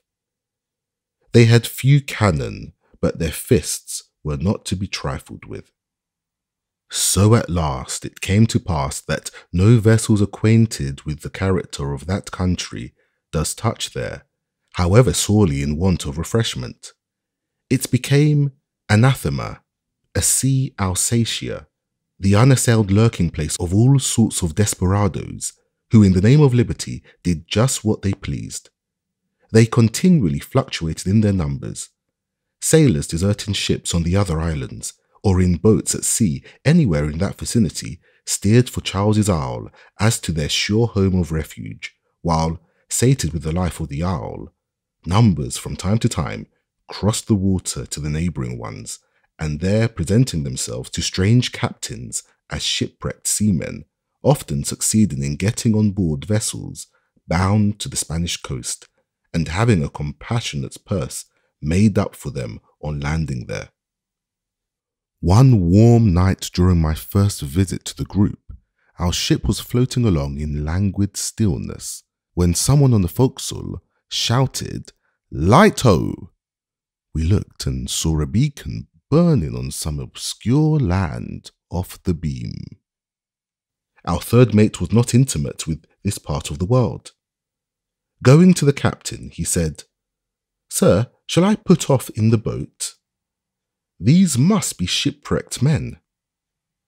The captain laughed rather grimly as, shaking his fist towards the beacon, he rapped out an oath and said, No, you precious rascals, you don't juggle one of my boats ashore this blessed night. You do well, you thieves, you do benevolently, to hoist a light yonder as on a dangerous shoal. It tempts no wise man to pull off and see what's the matter, but bids him steer small and keep offshore. That is Charles's Island. Brace up, Mr. Mate, and keep the light astern. Norfolk Isle and the Chola Widow. At last they in an island did espy a seemly woman sitting by the shore, that with great sorrow and sad agony seemed some great misfortune to deplore, and loud to them for succour called evermore. Black his eye as the midnight sky, white his neck as the driven snow, red his cheek as the morning light, cold he lies in the ground below. My love is dead, gone to his deathbed, yes, under the cactus tree, all under the cactus tree. Each lonely scene shall thee restore, for thee the tear be duly shed, beloved till life can charm no more, and mourned till pity's self be dead. Far to the northeast of Charles's Isle, sequestered from the rest, lies Norfolk Isle, and, however insignificant to most voyagers, to me, through sympathy, that lone island had become a spot made sacred by the strangest trials of humanity. It was my first visit to the Enchanted Isles. 2 days had been spent ashore in hunting tortoises. There was not time to capture many, so on the third afternoon we loosened our sails. We were just in the act of getting under way, the uprooted anchor yet suspended and invisibly swaying beneath the wave, as the good ship gradually turned her heel to leave the isle behind. When the seamen who heaved with me at the windlass paused suddenly and directed my attention to something moving on the land, not along the beach, but somewhat back, fluttering from a height. In view of the sequel of this little story, it will be here narrated how it came to pass. That an object which, partly from its being so small, was quite lost to every other man on board, still caught the eye of my handspike companion. The rest of the crew, myself included, merely stood up to our spikes in heaving, whereas unwontedly exhilarated at every turn of the ponderous windlass, my belted comrade leaped atop of it, with might and main giving a downward, perpendicular heave, his raised eye bent in cheery animation upon the slowly receding shore. Being high lifted above all others was the reason he perceived the object, otherwise imperceivable, and this elevation of his eye was owing to the elevation of his spirits, and this again, for truth must out, to a dam of Peruvian pisco, in guerdon for some kindness done, secretly administered to him that morning by our mulatto steward. Now certainly pisco does a deal of mischief in the world, yet seeing that in the present case it was the means, though indirect, of rescuing a human being from the most dreadful fate, must we not also needs admit that sometimes pisco does a deal of good? Glancing across the water in the direction pointed out, I saw some white thing hanging from an inland rock, perhaps half a mile from the sea. It is a bird, a white-winged bird, perhaps no, it is a handkerchief. Aye, a handkerchief, echoed my comrade, and with a louder shout apprised the captain. Quickly now, like the running out and training of the great gun, the long cabin spyglass was thrust through the mizzen rigging from the high platform of the poop, whereupon a human figure was plainly seen upon the inland rock, eagerly waving towards us what seemed to be the handkerchief. Our captain was a prompt, good fellow. Dropping the glass, he lustily ran forward, ordering the anchor to be dropped again, hands to stand by a boat and lower away. In a half-hour's time, the swift boat returned. It went with 6 and came with 7, and the 7th was a woman. It is not artistic heartlessness, but I wish I could but draw in crayons, for this woman was a most touching sight, and crayons, tracing soft melancholy lines, would best depict the mournful image of the dark, damasked Chola widow. Her story was soon told, and though given in her own strange language, was as quickly understood, for our captain, from long trading on the Chilean coast, was well versed in the Spanish. A Cholo, or half-breed Indian woman of Patia in Peru, 3 years gone by, with her young new-wedded husband, Philippe, of pure Castilian blood, and her one only Indian brother, Truxil, who Nilla had taken passage on the Main in a French whaler commanded by a joyous man, which vessel, bound to the cruising grounds beyond the Enchanted Isles, proposed passing close by their vicinity. The object of the little party was to procure tortoise oil, a fluid which, for its great purity and delicacy, is held in high estimation wherever known, and it is well known all along this part of the Pacific coast. With a chest of clothes, tools, cooking utensils, a rude apparatus for trying out the oil, some cask of biscuits, and other things, not omitting 2 favourite dogs, of which faithful animal all the Cholos are very fond, Hunilla and her companions were safely landed at their chosen place. The Frenchman, according to the contract made ere sailing, engaged to take them off upon returning from a 4 months' cruise in the westward seas, which interval the 3 adventurers deemed quite sufficient for their purposes. On the Isle's lone beach they paid him in silver for their passage out, the stranger having declined to carry them at all, except upon that condition, though willing to take every means to ensure the due fulfilment of his promise. Philippe had striven hard to have this payment put off to the period of the ship's return, but in vain. Still, they thought they had, in another way, ample pledge of the good faith of the Frenchman. It was arranged that the expense of the passage home should not be payable in silver, but in tortoises, 100 tortoises ready captured to the returning captain's hand.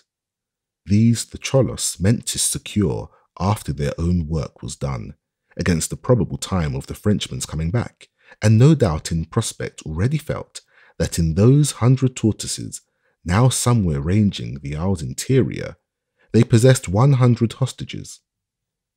Enough. The vessel sailed, the gazing 3 on shore answered the loud glee of the singing crew, and ere evening the French craft was hull down in the distant sea, its mast 3 faintest lines which quickly faded from Hunilla's eye. The stranger had given a blithesome promise and anchored it with other oaths, but oaths and anchors equally will drag.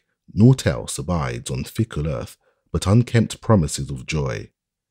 Contrary winds from out unstable skies, or contrary moods of his more varying mind, or shipwreck and sudden death in solitary waves, whatever was the cause, the blithe stranger never was seen again.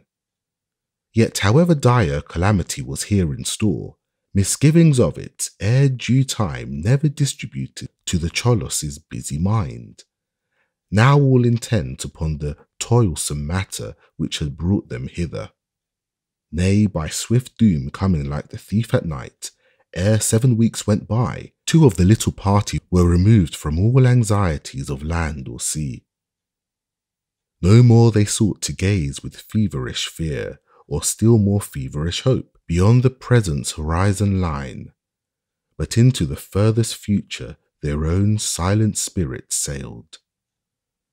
By preserving labour beneath that burning sun, Philippe and Truxil had brought down to their hut many scores of tortoises, and tried out the oil, when, elated with their good success, and to reward themselves for such hard work, they too, hastily, made a catamaran, or Indian raft, much used on the Spanish Main, and merrily started on a fishing trip, just without a long reef with many jagged gaps, running parallel with the shore, about half a mile from it.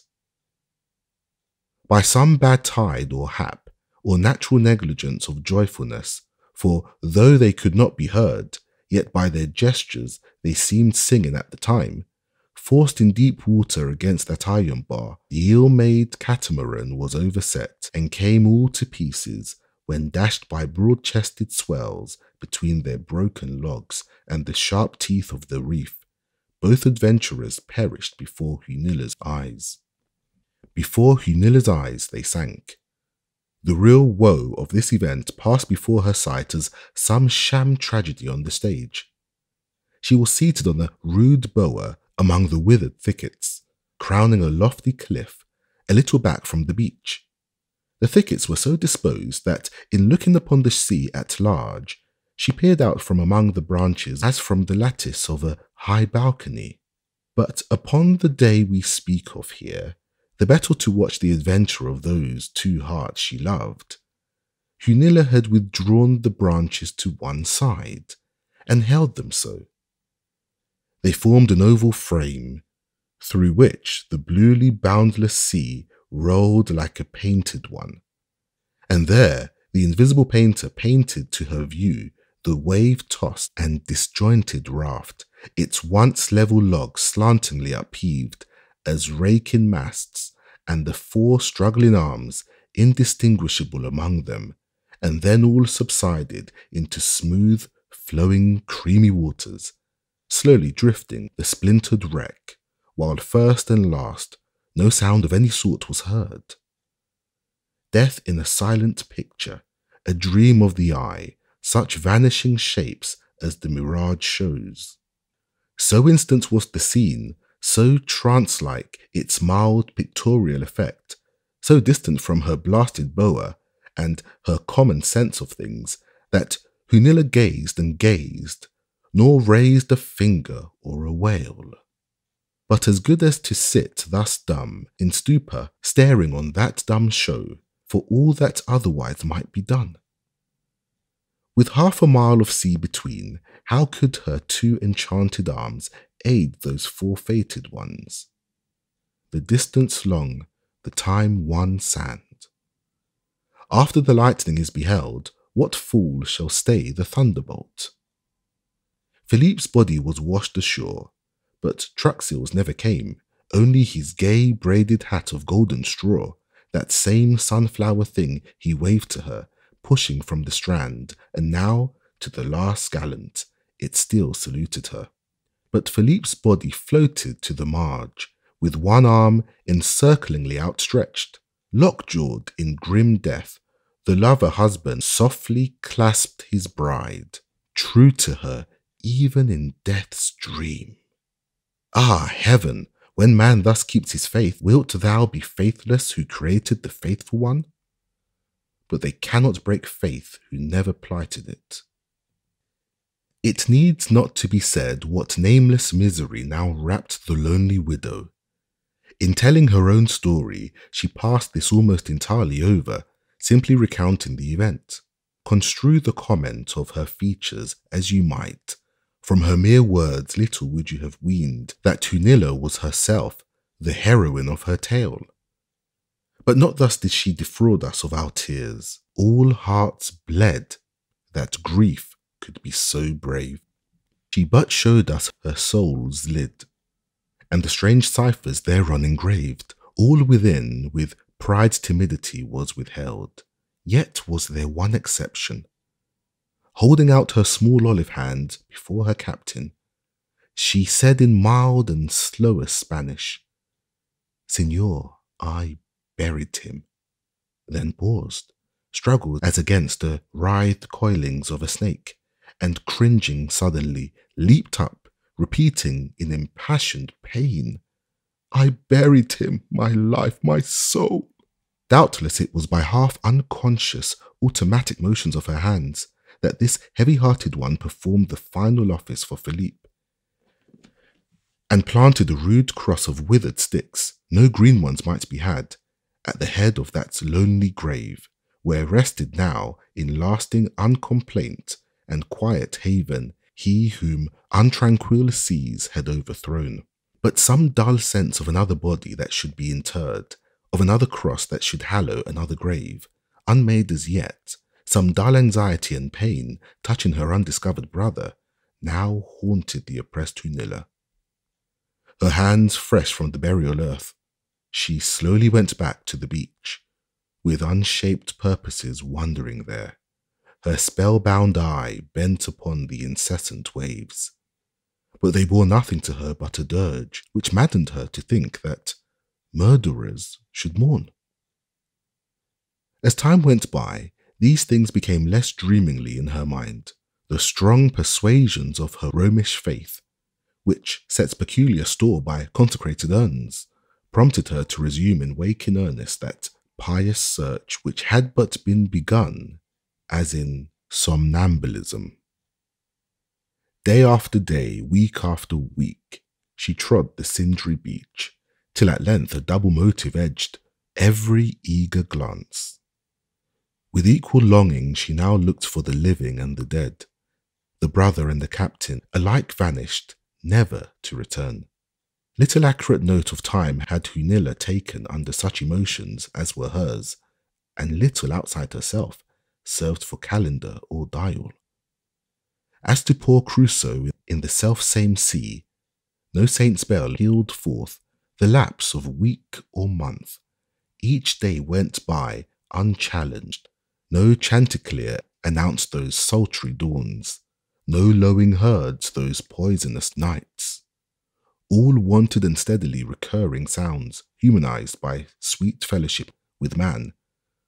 But one stirred that torrid trance, the cry of dogs, save which naught but the rolling sea invaded it, an all-pervading monotone, and to the widow that was the least loved voice she could have heard. No wonder that, as her thoughts now wandered to the unreturning ship, and were beaten back again, the hope against hope so struggled in her soul that at length she desperately said, not yet, my foolish heart returns on too fast." So she forced patience for some further weeks.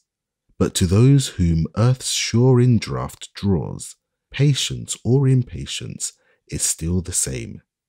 Hunilla now sought to settle precisely in her mind, to an hour, how long it was since the ship had sailed, and then with the same precision how long a space remained to pass. But this proved impossible. What present day or month it was she could not say. Time was her labyrinth, in which Hunilla was entirely lost. And now follows Against my own purposes, a pause descends here upon me. One knows not whether nature doth not impose some secrecy upon him who has been privy to certain things. At least it is to be doubted whether it be good to blazon such. If some books are deemed most baneful and their sale forbid, how then with deadlier facts, not dreams of doting men? These whom books will hurt will not be proof against events. Events, not books, should be forbid. But in all things man sows upon the wind which bloweth, just there whither it listeth. For ill or good, man cannot know. Often ill comes from the good, as good from ill. When Hunilla. Thy sight it is to see some silken beast long daily with a gold lizard ere she devour. More terrible to see how feline fate will sometimes dally with a human soul, and with a nameless magic make it repulse a sane despair with a hope which is but mad. Unwittingly, I imp this cat-like thing, sporting with the heart of him who reads, for if he feel not, he reads in vain. The ship sails this day, today. At last, said Hunilla to herself. This gives me certain time to stand on. Without certainty I go mad. In loose ignorance I have hoped and hoped. Now in firm knowledge I will but wait. Now I live and no longer perish in bewilderings. Holy virgins, aid me. Thou wilt waft back the ship. Oh, past length of weary weeks, all to be dragged over to buy the certainty of today. I freely give ye, though I tear ye from me. As mariners, tossed in tempest on some desolate ledge, patch them a boat out of the remnants of their vessel's wreck, and launch it in the selfsame waves, see here Hunilla, this lone shipwrecked soul, out of treachery, invoking trust. Humanity, thou strong thing, I worship thee, not in the laurelled victor, but in the vanquished one. Truly Hunilla leaned upon a reed, a real one, no metaphor, a real eastern reed. A piece of hollow cane drifted from unknown isles and found upon the beach, its once jagged ends rubbed smoothly, even as by sandpaper, its golden glazing gone. Long ground between the sea and land, upper and nether stone, the unvarnished substance was filled bare, and wore another polish now, one with itself, the polish of its agony. Circular lines at intervals cut all around this surface, divided it into 6 panels of unequal length.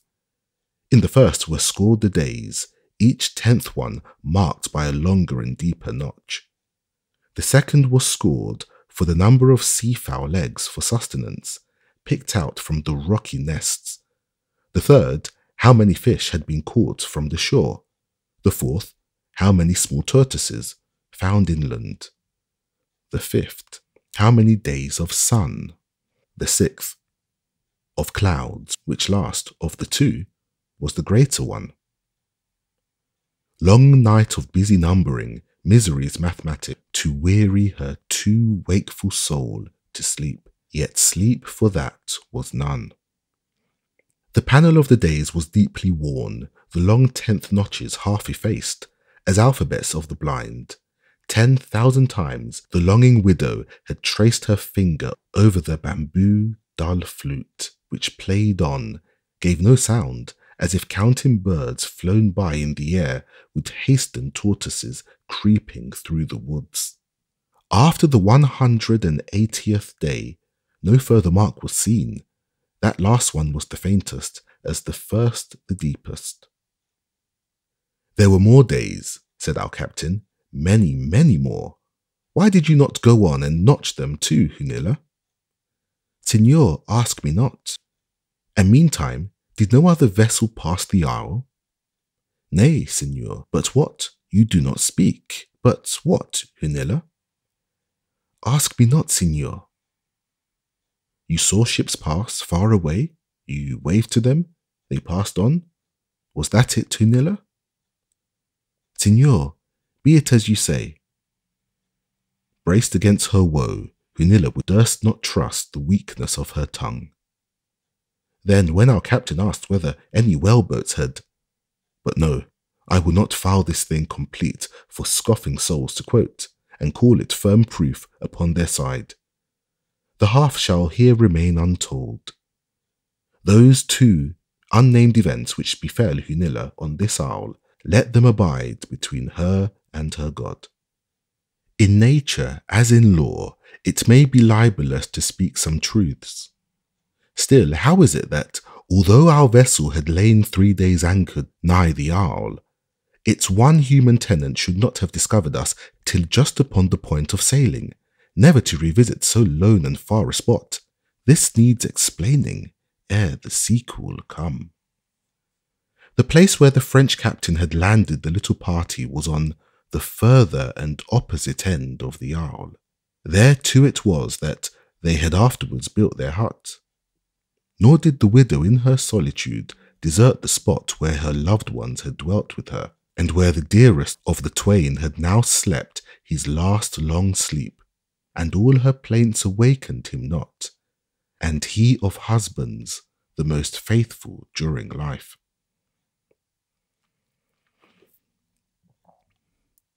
Now high broken land rises between the opposite extremities of the isle. A ship anchored at one side is invisible from the other.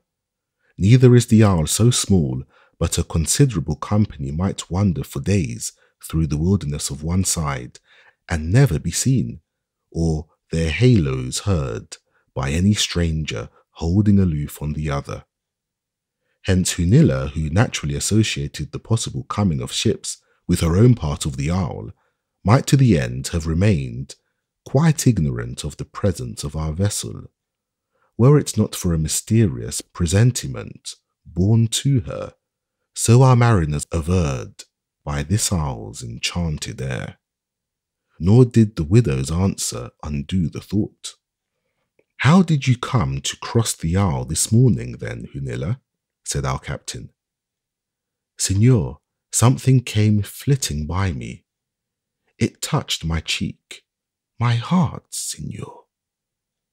What do you say, Hunilla? I have said, signor, something came through the air. It was a narrow chance, for when in crossing the isle, Hunilla gained the high land in the centre. She must then for the first have perceived our masts, and also marked that their sails were being loosed. Perhaps even heard the echoing chorus of the windlass song.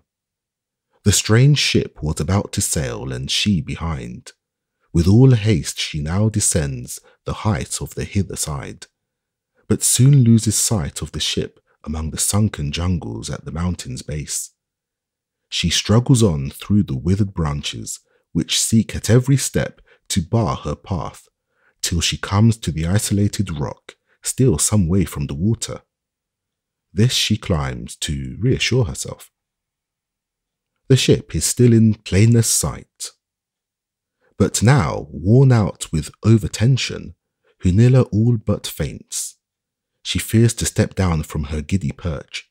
She is fain to pause, there where she is, and, as a last resort, catches the turban from her head, unfurls and waves it over the jungles towards us. During the telling of her story, the mariners formed a voiceless circle round Hunilla and the captain, and when at length the word was given to man to fasten boat and pull round to the isle's thither side, to bring away Hunilla's chest and the tortoise-oil, such alacrity of both cheery and sad obedience seldom before was seen. Little ado was made. Already the anchor had been recommitted to the bottom, and the ship swung calmly to it.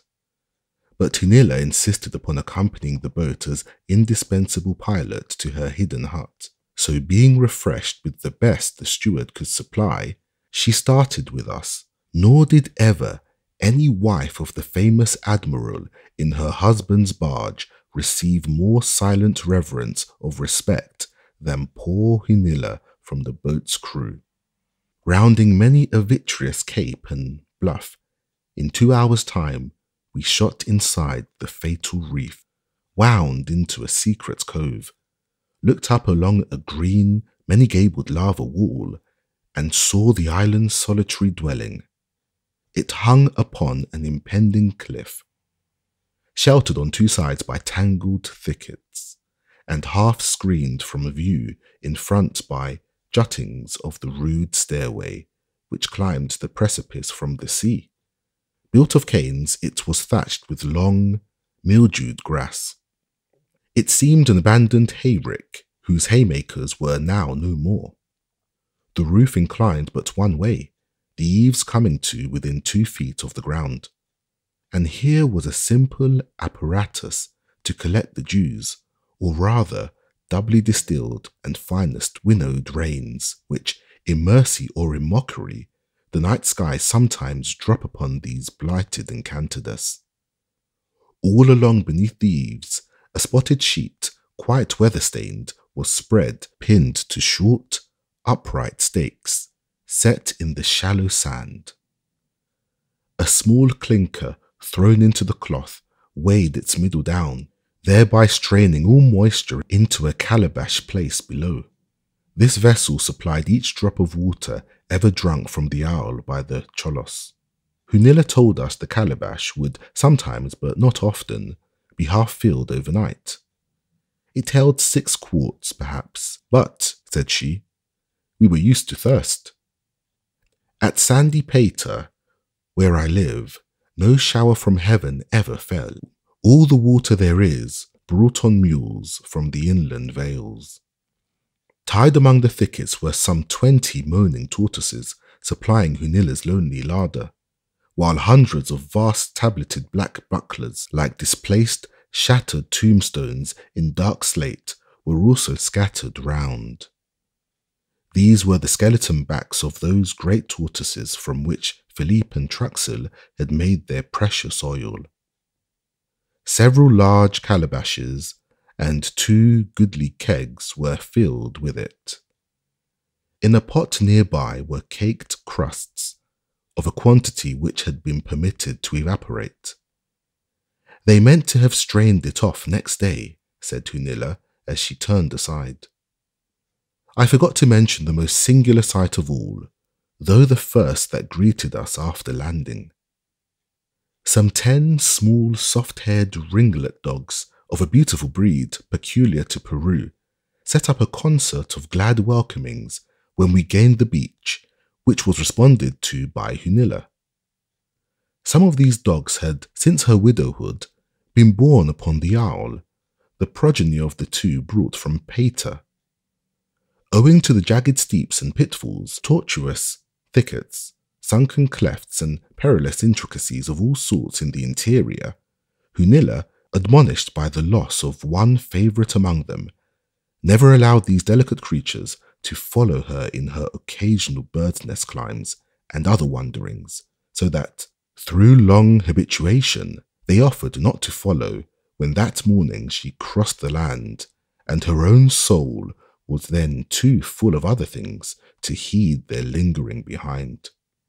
Yet all along she had so clung to them that, besides what moisture they lapped up at early daybreak from the small scoop holes among the adjacent rocks, she had shared the dew of her calabash among them, never laying by any considerable store against those prolonged and utter droughts which, in some disastrous seasons, warp these isles. Having pointed out at our desire what few things she would like transported to the ship, her chest, the oil, not omitting the live tortoises which she intended for a grateful present to our captain, we immediately set to work, carrying them to the boat down the long, sloping stair of deeply shadowed rock. While my comrades were thus employed, I looked and Hunilla had disappeared.